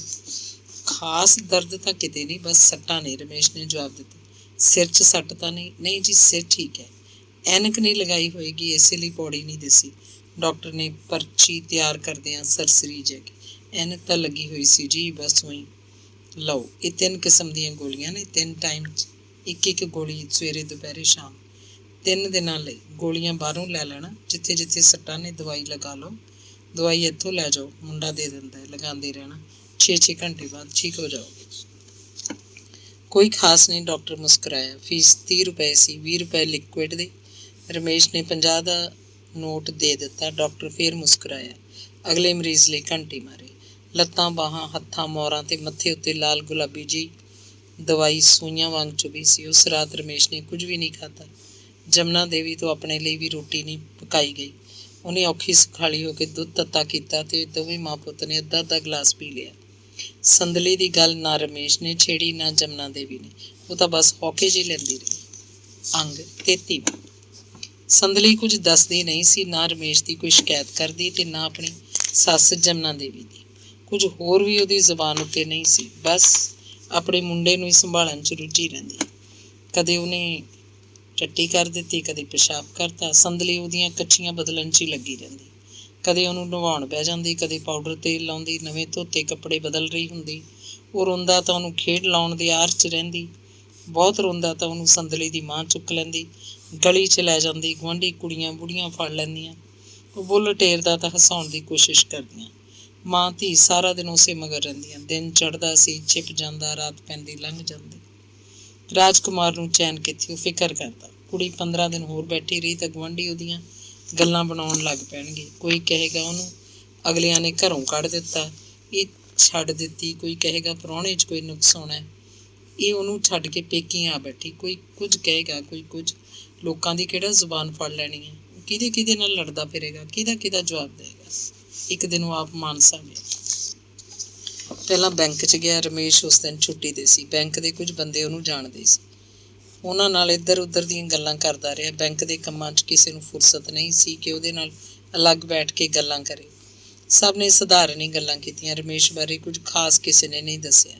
ਇਹ ਤਾਂ ਸਭ ਜਾਣਦੇ ਸੀ ਕਿ ਰਮੇਸ਼ ਉਹਦਾ ਜਵਾਈ ਹੈ, ਪਰ ਇਹ ਕਿਸੇ ਨੂੰ ਪਤਾ ਨਹੀਂ ਸੀ ਕਿ ਸੰਦਲੀ ਇੰਨੇ ਦਿਨਾਂ ਤੋਂ ਭਗਵਾਨਪੁਰੇ ਬੈਠੀ ਹੋਈ ਹੈ ਤੇ ਕੋਈ ਝਗੜਾ ਹੋਇਆ। ਫਿਰ ਉਹ ਨੰਗਲ ਕਲੋਨੀ 'ਚ ਉਹਨਾਂ ਦੇ ਘਰ ਗਿਆ। ਰਮੇਸ਼ ਘਰ ਵੀ ਨਹੀਂ ਸੀ। ਜਮਨਾ ਦੇਵੀ ਬਰਾਂਡੇ 'ਚ ਮੰਜੇ 'ਤੇ ਪਈ ਸੀ। ਇੱਕ ਨੌਕਰਾਣੀ ਘਰ ਦਾ ਕੰਮ ਕਾਰ ਜਿਹਾ ਕਰਦੀ ਫਿਰਦੀ ਸੀ। ਰਾਜਕੁਮਾਰ ਨੂੰ ਦੇਖ ਕੇ ਜਮਨਾ ਦੇਵੀ ਮੰਜੇ ਤੋਂ ਉੱਠ ਬੈਠੀ ਤਾਂ ਹੋ ਗਈ, ਪਰ ਚਾਹ ਪਾਣੀ ਦਾ ਕੋਈ ਨਾਂ ਨਹੀਂ ਲਿਆ। ਬੈਠਣ ਨੂੰ ਵੀ ਨਹੀਂ ਕਿਹਾ। ਮੰਜੇ ਕੋਲ ਇੱਕ ਟੁੱਟੀ ਜਿਹੀ ਕੁਰਸੀ ਪਈ ਸੀ। ਉਹ ਆਪਣੇ ਆਪ ਹੀ ਕੁਰਸੀ 'ਤੇ ਬੈਠ ਗਿਆ ਤੇ ਗੱਲਾਂ ਕਰਨ ਲੱਗਿਆ ਸੀ। ਉਹਨੇ ਸਿੱਧਾ ਹੀ ਪੁੱਛਿਆ ਕਿ ਵੀ ਕਿਉਂ ਗਈ ਹੈ ਸੰਦਲੀ, ਕੀ ਗੱਲ ਹੋਈ ਸੀ? ਬੁੜੀ ਨੇ ਕੋਈ ਜਵਾਬ ਨਹੀਂ ਦਿੱਤਾ। ਲੱਗਦਾ ਸੀ ਉਹਨੂੰ ਕਿਸੇ ਗੱਲ ਦਾ ਪਤਾ ਵੀ ਨਹੀਂ। ਉਹਨੇ ਇੰਨਾ ਹੀ ਦੱਸਿਆ ਕਿ ਉਸ ਦਿਨ ਆਥਣੇ ਜੇ ਰਮੇਸ਼ ਪੌੜੀਆਂ ਤੋਂ ਡਿੱਗ ਪਿਆ ਸੀ, ਖਾਸੀਆਂ ਸੱਟਾਂ ਲੱਗੀਆਂ। ਸੰਦਲੀ ਪਤਾ ਨਹੀਂ ਕਿਹੜੇ ਵੇਲੇ ਘਰੋਂ ਚਲੀ ਗਈ। ਉਹਨੂੰ ਕਿਹੜਾ ਦੱਸ ਕੇ ਗਈ ਹੈ? ਆਖ ਰਹੀ ਸੀ ਇਹ ਤਾਂ ਤੁਹਾਡੇ ਕੋਲੋਂ ਹੀ ਪਤਾ ਲੱਗਿਆ ਬਈ ਉਹ ਭਗਵਾਨਪੁਰੇ ਹੈ। ਰਮੇਸ਼ ਕਿੱਥੇ? ਉਹਨੇ ਪੁੱਛਿਆ। ਇੱਥੇ ਕਿਤੇ ਹੋਣਾ, ਕਿਹੜਾ ਦੱਸ ਕੇ ਜਾਂਦਾ ਮੈਨੂੰ? ਬੁੜੀ ਦਾ ਰੁੱਖਾ ਜਵਾਬ ਸੀ।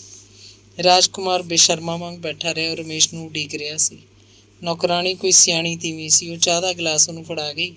ਰਾਜਕੁਮਾਰ ਨੇ ਦੇਖਿਆ ਉਹ ਤਾਂ ਉਹੀ ਨੌਕਰਾਣੀ ਹੈ ਜਿਹੜੀ ਸੰਦਲੀ ਦੇ ਮੁੰਡੇ ਵੇਲੇ ਸੱਸ ਨਾਲ ਪੰਜੀਰੀ ਲੈ ਕੇ ਆਈ ਸੀ। ਉਹ ਜਾਣਦਿਆਂ ਵਾਂਗ ਉਹਦੇ ਵੱਲ ਝਾਕੀ ਵੀ ਸੀ। ਚਾਹ ਪੀ ਕੇ ਰਾਜਕੁਮਾਰ ਨੂੰ ਉੱਠਣ ਦੀ ਅਚ ਵੀ ਹੋਣ ਲੱਗੀ ਤੇ ਫਿਰ ਉਹਨੇ ਉਸ ਨੌਕਰਾਣੀ ਤੋਂ ਹੀ ਪੁੱਛਿਆ ਕਿ ਰਮੇਸ਼ ਕਦੋਂ ਆਏਗਾ। ਕੀ ਹੈ ਭਾਈ, ਤੈਨੂੰ ਹੀ ਦੱਸ ਕੇ ਗਿਆ ਹੋਵੇ। ਉਹ ਤਾਂ ਜੀ ਸ਼ਹਿਰ 'ਚ ਹੀ ਇੱਥੇ ਕਿਤੇ ਗਏ ਨੇ। ਕਦੋਂ ਕਦੇ ਗਏ ਨੇ? ਤੜਕੇ ਦੇ ਹੀ ਗਏ ਹੋਏ ਹੈ। ਮੁੜਨ ਦਾ ਕੁਝ ਦੱਸ ਕੇ ਗਏ ਹੋਣ। ਮੁੜਨ ਦਾ ਕੋਈ ਪਤਾ ਨਹੀਂ ਜੀ। ਮੈਂ ਭਾਈ ਸੰਦਲੀ ਦਾ ਬਾਪ ਹਾਂ। ਮੈਂ ਪਛਾਣ ਲਿਆ ਸੀ ਜੀ ਤੁਹਾਨੂੰ ਪਹਿਲਾਂ ਹੀ। ਇਸੇ ਕਰਕੇ ਤਾਂ ਚਾਹ ਦਿੱਤੀ ਤੁਹਾਨੂੰ। ਮੈਂ ਪੰਜੀਰੀ ਲੈ ਕੇ ਗਈ ਸੀ ਮਾਂ ਜੀ ਨਾਲ। ਹੋਰ ਮੈਂ ਵੀ ਦੇਖੀ ਜਾਂਦਾ ਭਾਈ। ਮਖਿਆ ਲੱਗਦੀ ਤਾਂ ਉਹੀ ਹੈ। ਰਾਜਕੁਮਾਰ ਝੂਠਾ ਜਿਹਾ ਹੱਸਿਆ। ਆਪਣੀ ਜਾਨ 'ਚ ਨੌਕਰਾਣੀ ਨਾਲ ਨੇੜਤਾ ਜੀ ਬਣਾਈ ਤੇ ਫਿਰ ਬੁੜੀ ਤੋਂ ਪਰਾਂ ਹੋ ਕੇ ਉਹਨੇ ਨੌਕਰਾਣੀ ਤੋਂ ਹੌਲੀ ਬੋਲ ਕੇ ਪੁੱਛਿਆ, ਤੈਨੂੰ ਭਾਈ ਪਤਾ ਹੋਵੇ ਕਿਸੇ ਗੱਲ ਦਾ? ਘਰ 'ਚ ਕੋਈ ਝਗੜਾ ਹੋਇਆ ਸੀ? ਸੰਦਲੀ ਇੱਥੋਂ ਚਲੀ ਕਿਉਂ ਗਈ? ਨਾ ਜੀ ਮੈਨੂੰ ਕੋਈ ਪਤਾ ਨਹੀਂ, ਐਵੇਂ ਕਹਿ ਦਿਆਂ। ਮੈਂ ਤਾਂ ਉਹਦੇ ਜਾਣ ਪਿੱਛੋਂ ਆਉਣ ਲੱਗੀ ਹਾਂ। ਬਾਊ ਜੀ ਆਪ ਜਾ ਕੇ ਲਿਆਏ ਹੈ। ਮੈਨੂੰ ਅਖੇ ਸਰਦਾ ਨਹੀਂ।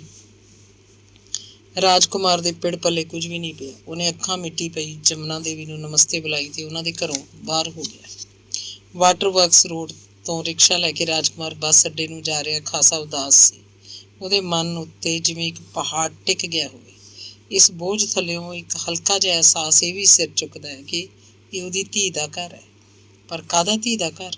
ਉਹ ਕਿੰਨਾ ਨਰਾਦਰਾ ਹੋ ਕੇ ਮੁੜਿਆ। ਇਸ ਘਰ 'ਚ ਪਏ ਸੰਦਲੀ ਨੂੰ ਦਿੱਤੇ ਸਮਾਨ ਤੋਂ ਹੀ ਅਹਿਸਾਸ ਹੋਇਆ ਸੀ ਧੀ ਦੇ ਘਰ ਦਾ ਅਹਿਸਾਸ।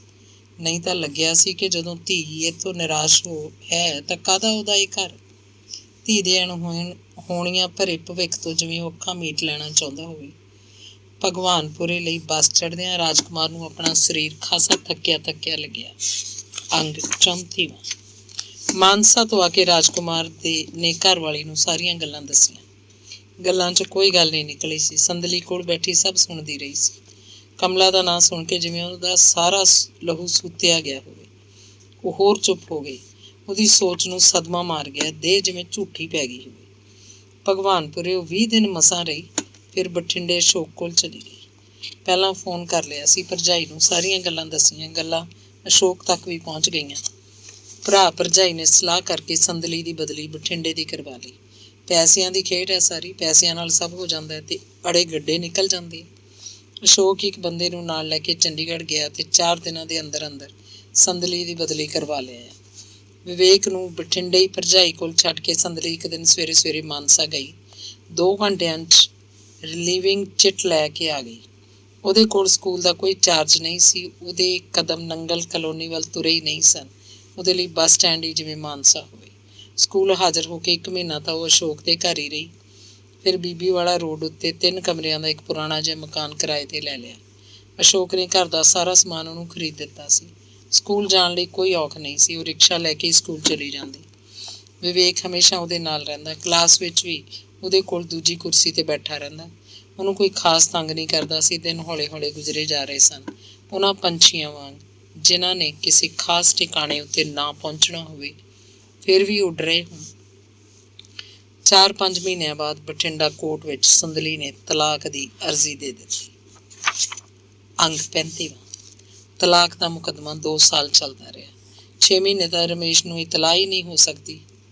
ਬੰਦਾ ਜਾਂਦਾ ਪੈਸੇ ਲੈ ਕੇ ਮੁੜ ਆਉਂਦਾ। ਰਮੇਸ਼ ਇਹ ਸਾਰੇ ਢੰਗ ਤਰੀਕੇ ਜਾਣਦਾ ਸੀ।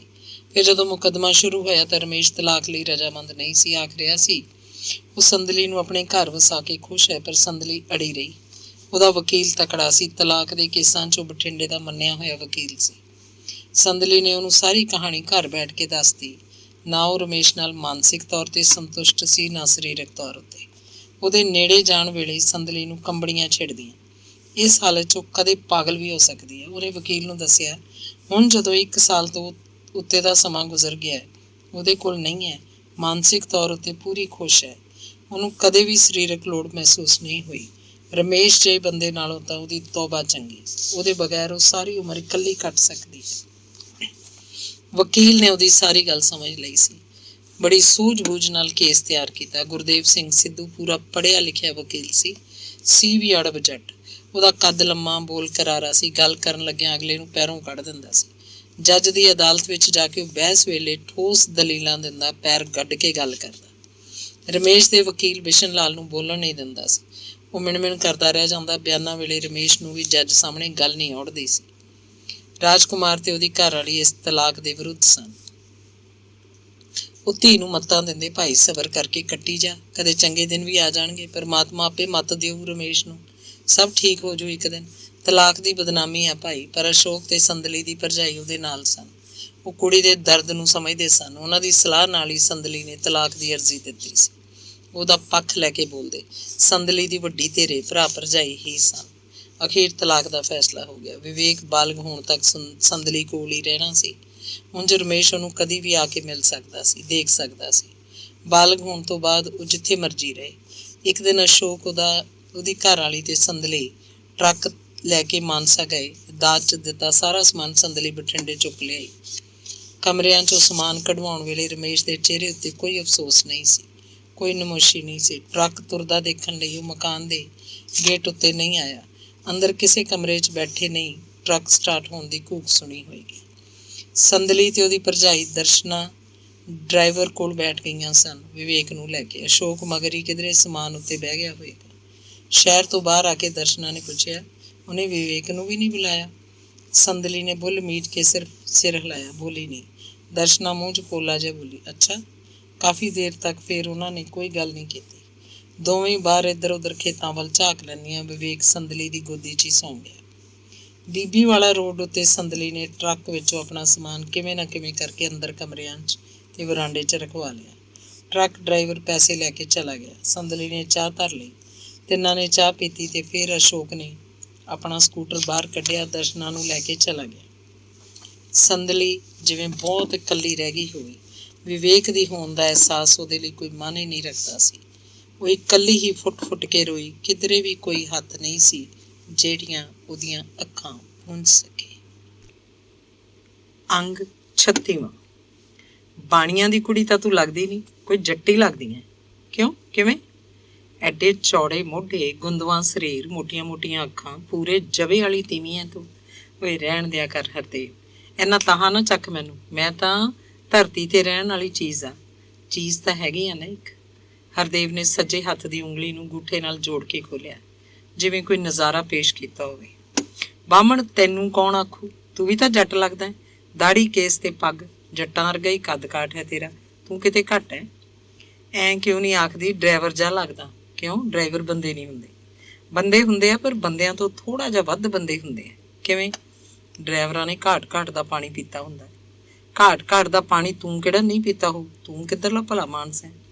ਨਾ ਤੇਰੀ ਸਹੁੰ, ਬਸ ਉਹੀ ਸੀ ਇੱਕ, ਉਹ ਤੁਰ ਗਈ। ਆਪਾਂ ਵਿਹਲੇ, ਮੁੜ ਕੇ ਕਿਸੇ ਤੀਵੀਂ ਦਾ ਮੂੰਹ ਨਹੀਂ ਦੇਖਿਆ। ਜਿੱਥੇ ਮਰਜ਼ੀ ਖੜਾ ਲੈ।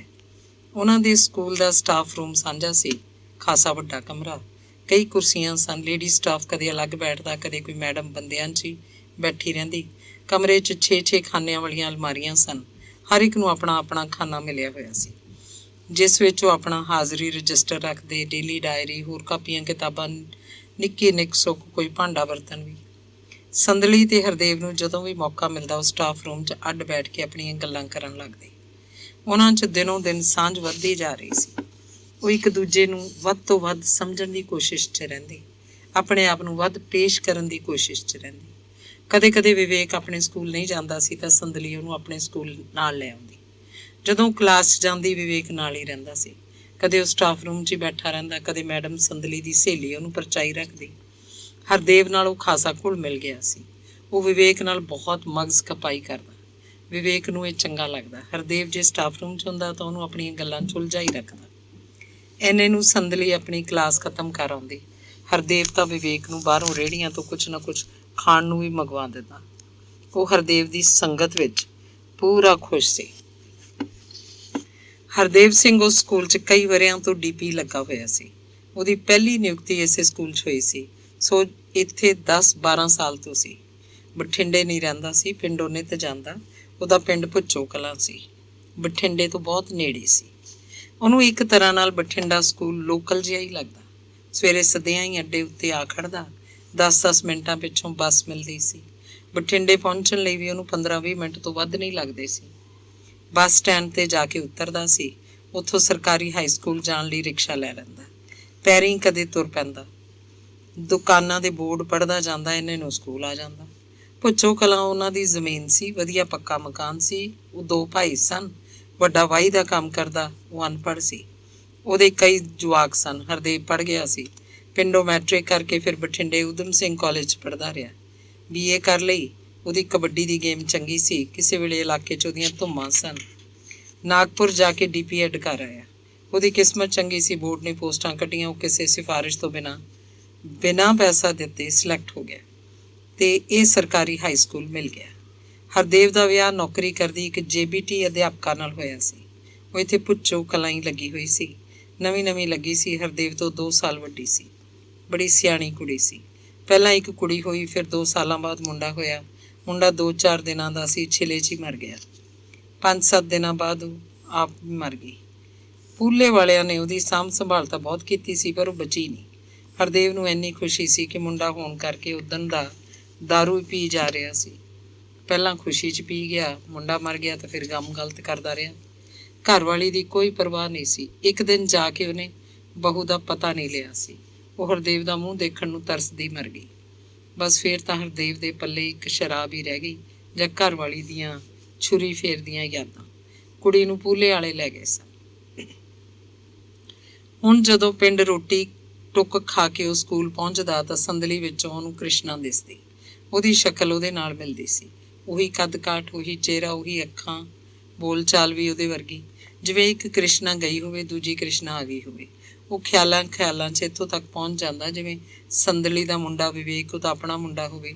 ਜਿਹਨੂੰ ਜੰਮ ਕੇ ਕ੍ਰਿਸ਼ਨਾ ਮਰੀ ਸੀ, ਉਹਨੂੰ ਲੱਗਦਾ ਇਹ ਮੁੰਡਾ ਮਰਿਆ ਨਹੀਂ ਸੀ, ਇਹ ਮੁੰਡਾ ਹੈ ਵਿਵੇਕ। ਅੰਗ 37ਵਾਂ। ਹਰਦੇਵ ਸਿੰਘ ਸਭ ਤੋਂ ਪਹਿਲਾਂ ਸਕੂਲ ਆ ਜਾਂਦਾ। ਸਵੇਰ ਦੀ ਪ੍ਰਾਰਥਨਾ ਉਹਦੀ ਪੱਕੀ ਡਿਊਟੀ ਸੀ। ਸਕੂਲ 'ਚ ਇੱਕ PTI ਹੋਰ ਵੀ ਸੀ, ਜਿਹਦੀ ਆਵਾਜ਼ ਘੱਗੀ ਜਿਹੀ ਸੀ। ਮੁੰਡੇ ਉਹਦੇ ਮੂੰਹੋਂ ਸਾਵਧਾਨ ਵਿਸ਼ਰਾਮ ਸੁਣ ਕੇ ਹੱਸਣ ਲੱਗਦੇ। ਹਰਦੇਵ ਦੀ ਆਵਾਜ਼ ਟੱਲੀ ਵਰਗੀ ਸੀ। ਉਹ ਗੜਕ ਕੇ ਬੋਲਦਾ। ਉਹਦੇ ਬੋਲ 'ਚ ਰੋਹਬ ਸੀ ਤੇ ਪੂਰੀ ਕਮਾਂਡ। ਉਹ ਤਾਂ ਜਦੋਂ ਸਾਵਧਾਨ ਆਖਦਾ, ਸਾਰੇ ਸਕੂਲ ਨੂੰ ਬੰਨ੍ਹ ਕੇ ਖੜਾ ਦਿੰਦਾ। ਮੁੰਡਿਆਂ ਦੇ ਪੈਰਾਂ ਦੀ ਆਵਾਜ਼ ਗੋਲੀਆਂ ਦੀ ਵਾਛੜ ਵਾਂਗ ਨਿਕਲਦੀ। ਕਲਾਸਾਂ ਜਦੋਂ ਆਪਣੇ ਆਪਣੇ ਕਮਰਿਆਂ 'ਚ ਚਲੀਆਂ ਜਾਂਦੀਆਂ, ਹਰਦੇਵ ਦਾ ਕੰਮ ਮੁੱਕ ਜਾਂਦਾ। ਉਹ ਸਾਰੇ ਦਿਨ 'ਚ ਇਹੋ ਇੱਕ ਮਹੱਤਵਪੂਰਨ ਕੰਮ ਕਰਦਾ ਸੀ। ਹੋਰ ਪੀਰੀਅਡ ਘੱਟ ਵੱਧ ਹੀ ਲੈਂਦਾ। ਕਲਾਸਾਂ ਲੈਣ ਦਾ ਕੰਮ PT ਮਾਸਟਰ ਦਾ ਸੀ। ਕਲਾਸਾਂ ਜਦੋਂ ਆਪਣੇ ਕਮਰਿਆਂ ਨੂੰ ਜਾ ਰਹੀਆਂ ਹੁੰਦੀਆਂ ਤਾਂ ਕਾਲਾ ਮਾਸਟਰ ਕਦੇ ਹੱਸਣ ਲੱਗਦਾ। DP's work finished, our work begins। ਕਾਲਾ ਮਾਸਟਰ ਸੁਦਾਗਰ ਸਿੰਘ ਰੰਗ ਦਾ ਕਾਲਾ ਸੀ। ਉਹ ਕਾਲਾ ਬੋਲਦਾ, ਇਸ ਕਰਕੇ ਕੋਈ ਉਹਨੂੰ ਕਾਲਾ ਮਾਸਟਰ ਵੀ ਆਖ ਦਿੰਦਾ। ਉਸ ਸਕੂਲ ਵਿੱਚ ਸੋਸ਼ਲ ਸਟੱਡੀਜ਼ ਮਾਸਟਰ ਸੀ। ਨਵਾਂ ਮੁੰਡਾ ਹੀ ਸੀ।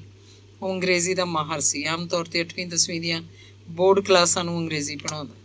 ਘਰ 'ਚ ਟਿਊਸ਼ਨ ਵੀ ਕਰਦਾ। ਉਹਦੇ ਪੜ੍ਹਾਏ ਮੁੰਡੇ ਕੁੜੀਆਂ ਅੰਗਰੇਜ਼ੀ 'ਚੋਂ 80-80, 90-90% ਨੰਬਰ ਲੈਂਦੇ। ਸੁਦਾਗਰ ਟੀਚਰੀ ਵੀ ਬੜਾ ਸੀ। ਸਕੂਲ ਦੇ ਸੈਕਿੰਡ ਮਾਸਟਰ ਬਨਵਾਰੀ ਲਾਲ ਨਾਲ ਉਹਦੀ ਅੜਚੜ ਸੀ। ਬਨਵਾਰੀ ਸੀ ਤਾਂ ਚੁੱਪ ਕੀਤਾ ਜਿਹਾ, ਪਰ ਖੁੰਦ ਕੀ ਸੀ। ਉਹ ਵੀ ਅੰਗਰੇਜ਼ੀ ਦੀਆਂ ਟਿਊਸ਼ਨਾਂ ਕਰਦਾ। ਮੁੰਡਿਆਂ ਨੂੰ ਕੁੱਟ ਮਾਰ ਕੇ ਆਪਣੇ ਕੋਲ ਟਿਊਸ਼ਨ ਉੱਤੇ ਲਾ ਲੈਂਦਾ। ਸੁਦਾਗਰ ਨੇ ਸੈਕਿੰਡ ਮਾਸਟਰ ਦਾ ਇੱਕ ਲਤੀਫਾ ਘੜਿਆ ਹੋਇਆ ਸੀ। ਸਟਾਫ ਰੂਮ 'ਚ ਬੈਠ ਕੇ ਕਦੇ ਉਹ ਇਹ ਲਤੀਫਾ ਸੁਣਾਉਂਦਾ ਕਿ ਹੈਡ ਮਾਸਟਰ ਸਕੂਲ ਦਾ ਮੰਜਾ ਹੁੰਦਾ ਹੈ।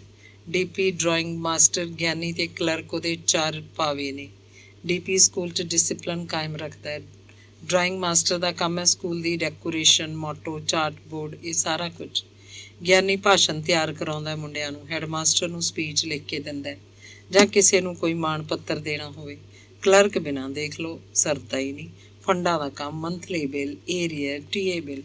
ਫਿਰ ਆਪ ਹੀ ਸਵਾਲ ਕਰਦਾ, ਇਹ ਤਾਂ ਹੋਏ ਮੰਜੇ ਦੇ 4 ਪਾਵੇ। ਸੈਕਿੰਡ ਮਾਸਟਰ ਫਿਰ ਕੀ ਹੋਇਆ? ਉਹ ਸੰਗ ਕਰੋੜ ਕੇ ਜਵਾਬ ਦਿੰਦਾ, ਸੈਕਿੰਡ ਮਾਸਟਰ ਫਾਨਾ ਹੁੰਦਾ। ਜਿਹੜੇ ਪਾਵੇ ਦੀ ਚੂਲ ਢਿੱਲੀ ਹੋਵੇ, ਹੈਡ ਮਾਸਟਰ ਉੱਥੇ ਸੈਕਿੰਡ ਮਾਸਟਰ ਨੂੰ ਫਾਨਾ ਠੋਕ ਦਿੰਦਾ। ਸੁਣਨ ਵਾਲੇ ਤਾੜੀ ਮਾਰ ਕੇ ਹੱਸਣ ਲੱਗਦੇ। ਹਰਦੇਵ ਨੂੰ ਸੁਦਾਗਰ ਹੱਸਦਾ। ਇਹ DP ਆਪਣਾ ਮਾਂ ਦਾ ਪੁੱਤ ਸਾਰਾ ਦਿਨ ਉਤਾਰਨ ਚੜ੍ਹਾਉਣ 'ਚ ਹੀ ਰਹਿੰਦਾ। ਨਿੰਬੂ ਪਾਣੀ ਜਾਂ ਪੀ ਜਾਊ, ਤੜਕੇ ਦਹੀਂ ਮੰਗਾ ਕੇ ਖਾਊ, ਗੰਡੇਰੀਆਂ ਚੂਪਦਾ, ਰਾਤ ਦੀ ਪੀਤੀ ਨੂੰ ਉਤਾਰਦਾ ਰਹਿੰਦਾ। ਸਕੂਲੋਂ ਜਾ ਕੇ ਫੇਰ ਚੜ੍ਹਾਉਣ ਲੱਗ ਪੈਂਦਾ। ਅੰਗ 38ਵਾਂ। ਇੱਕ ਦਿਨ ਦੂਜੇ ਪੀਰੀਅਡ 'ਚ ਸੰਦਲੀ ਸਟਾਫ ਰੂਮ 'ਚ ਗਈ। ਉਸ ਦਿਨ ਵਿਵੇਕ ਉਹਦੇ ਨਾਲ ਸੀ। ਉਹਨਾਂ ਦੇ ਸਕੂਲ ਕੋਈ ਛੁੱਟੀ ਸੀ। ਉਹ ਸੰਦਲੀ ਦੀ ਚੁੰਨੀ ਦਾ ਲੜ ਫੜੀ ਉਹਦੇ ਮਗਰ ਠੁਮਕ ਤੁਰਦਾ ਆ ਰਿਹਾ ਸੀ। ਹਰਦੇਵ ਇੱਕ ਖੁੰਝੇ ਜਿਹੇ 'ਚ ਬੈਂਚ ਉੱਤੇ ਸਿੱਧੇ ਮੂੰਹ ਪਿਆ ਸੀ। ਅੱਖਾਂ ਮੀਚੀਆਂ ਹੋਈਆਂ, ਦੋਵੇਂ ਹੱਥਾਂ ਦੀਆਂ ਉਂਗਲਾਂ ਨਾਲ ਆਪਣੇ ਕਾਲਜੇ ਨੂੰ ਦਬਾ ਰਿਹਾ ਸੀ। ਸਟਾਫ ਰੂਮ 'ਚ ਹੋਰ ਕੋਈ ਨਹੀਂ ਸੀ। ਉਹਨੇ ਕਿਸੇ ਦੇ ਪੈਰਾਂ ਦੀ ਆਵਾਜ਼ ਸੁਣੀ ਤੇ ਉੱਠ ਕੇ ਬੈਠ ਗਿਆ। ਫਿਰ ਪੈ ਗਿਆ। ਆਵਾਜ਼ ਦਿੱਤੀ, ਵਿਵੇਕ। ਉਹ ਮਾਂ ਦੀ ਚੁੰਨੀ ਛੱਡ ਕੇ ਭੱਜ ਕੇ ਹਰਦੇਵ ਕੋਲ ਆ ਖੜਾ। ਉਹਨੇ ਪਏ ਨੂੰ ਦੇਖਣ ਲੱਗਿਆ। ਉਹ ਮੁਸਕਰਾ ਰਿਹਾ ਸੀ। ਹਰਦੇਵ ਨੇ ਵਿਵੇਕ ਦਾ ਨਿੱਕਾ ਜਿਹਾ ਹੱਥ ਫੜ ਕੇ ਆਪਣੀ ਵੱਖੀ ਨਾਲ ਘੁੱਟ ਲਿਆ। ਵਿਵੇਕ ਦੇ ਹੱਥ 'ਚ ਜਿਵੇਂ ਤੜਫਦੀ ਘੁੱਗੀ ਦਾ ਨਿੱਘ ਹੋਵੇ। ਅਸਲ 'ਚ ਘੁੱਗੀ ਨਹੀਂ ਤੜਫ ਰਹੀ ਸੀ, ਹਰਦੇਵ ਦੀ ਆਪਣੀ ਦੇਹ 'ਚ ਤਰਾਟਾਂ ਸਨ। ਉਹਦੀ ਤੜਫ ਰਹੀ ਦੇਹ ਨੂੰ ਵਿਵੇਕ ਦੇ ਨਿੱਕੇ ਹੱਥ ਨੇ ਕੁਝ ਸ਼ਾਂਤ ਕਰ ਦਿੱਤਾ।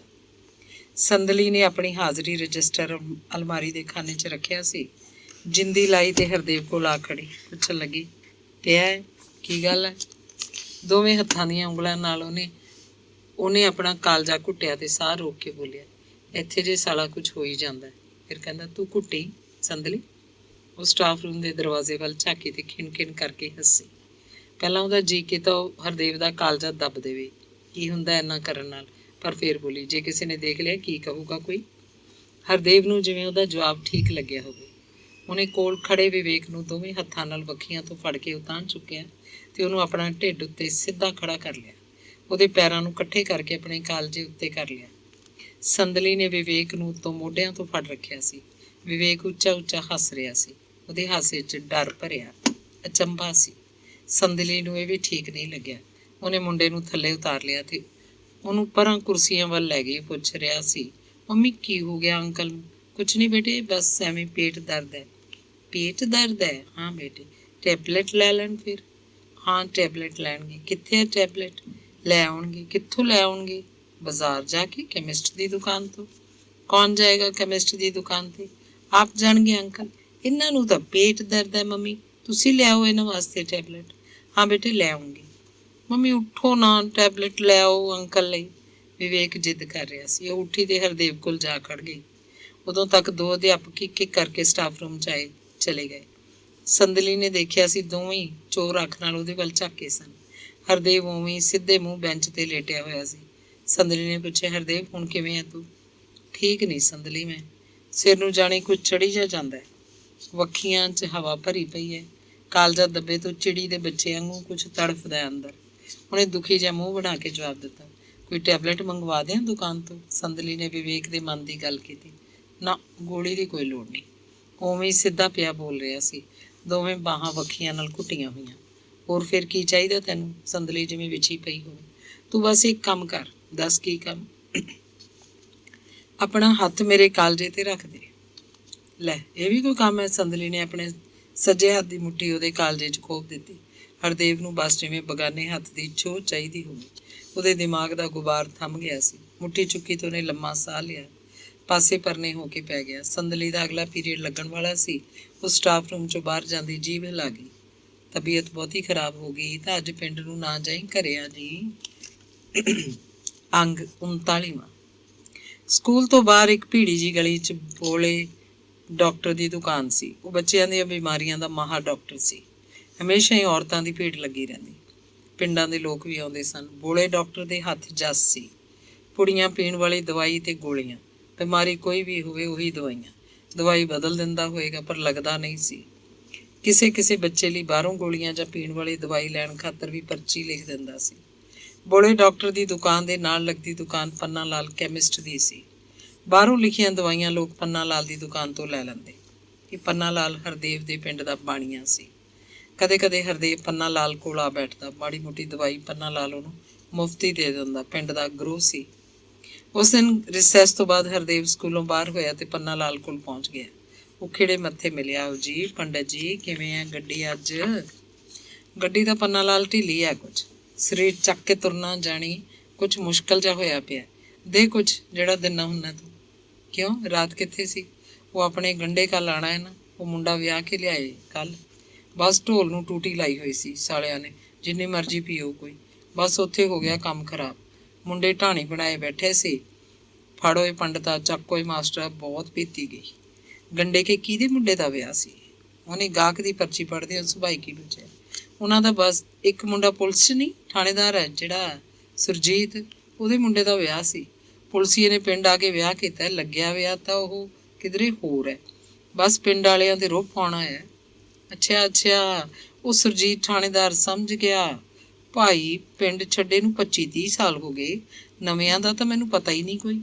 ਗਾਹਕ ਭੁਗਤਾ ਕੇ ਪੰਨਾ ਲਾਲ ਉੱਠਿਆ ਆਖ ਰਿਹਾ ਸੀ, ਪਹਿਲਾਂ ਤੈਨੂੰ ਘਰਾਂ ਵੱਤ ਸਿਰ। ਪੀਣ ਵਾਲੀ ਦਵਾਈ ਕੌੜੀ ਮਿੱਠੀ ਜਿਹੀ ਸੀ। ਪੀਂਦੇ ਹੀ ਹਰਦੇਵ ਨੂੰ 2 ਡਕਾਰ ਆਏ, ਜਿਵੇਂ ਅੰਦਰੋਂ ਸੇਕ ਮਾਰਦੀ ਹਵਾ ਨਿਕਲੀ ਹੋਵੇ। ਉਹ ਥਾਂ ਹੀ ਬੈਠਾ ਕੁਝ ਹਲਕਾ ਜਿਹਾ ਹੋ ਰਿਹਾ ਸੀ। ਬੈਂਚ 'ਤੇ ਪੈ ਜਾ ਇੱਥੇ, ਫਿਰ ਹੋਰ ਕੁਛ ਦਿਨਾਂ ਤੈਨੂੰ, ਪੰਨਾ ਲਾਲ ਆਖ ਰਿਹਾ ਸੀ। ਉਹ 15-20 ਮਿੰਟਾਂ ਵਿੱਚ ਹੀ ਠੀਕ ਹੋ ਗਿਆ ਤੇ ਉੱਠ ਕੇ ਬੈਠ ਗਿਆ।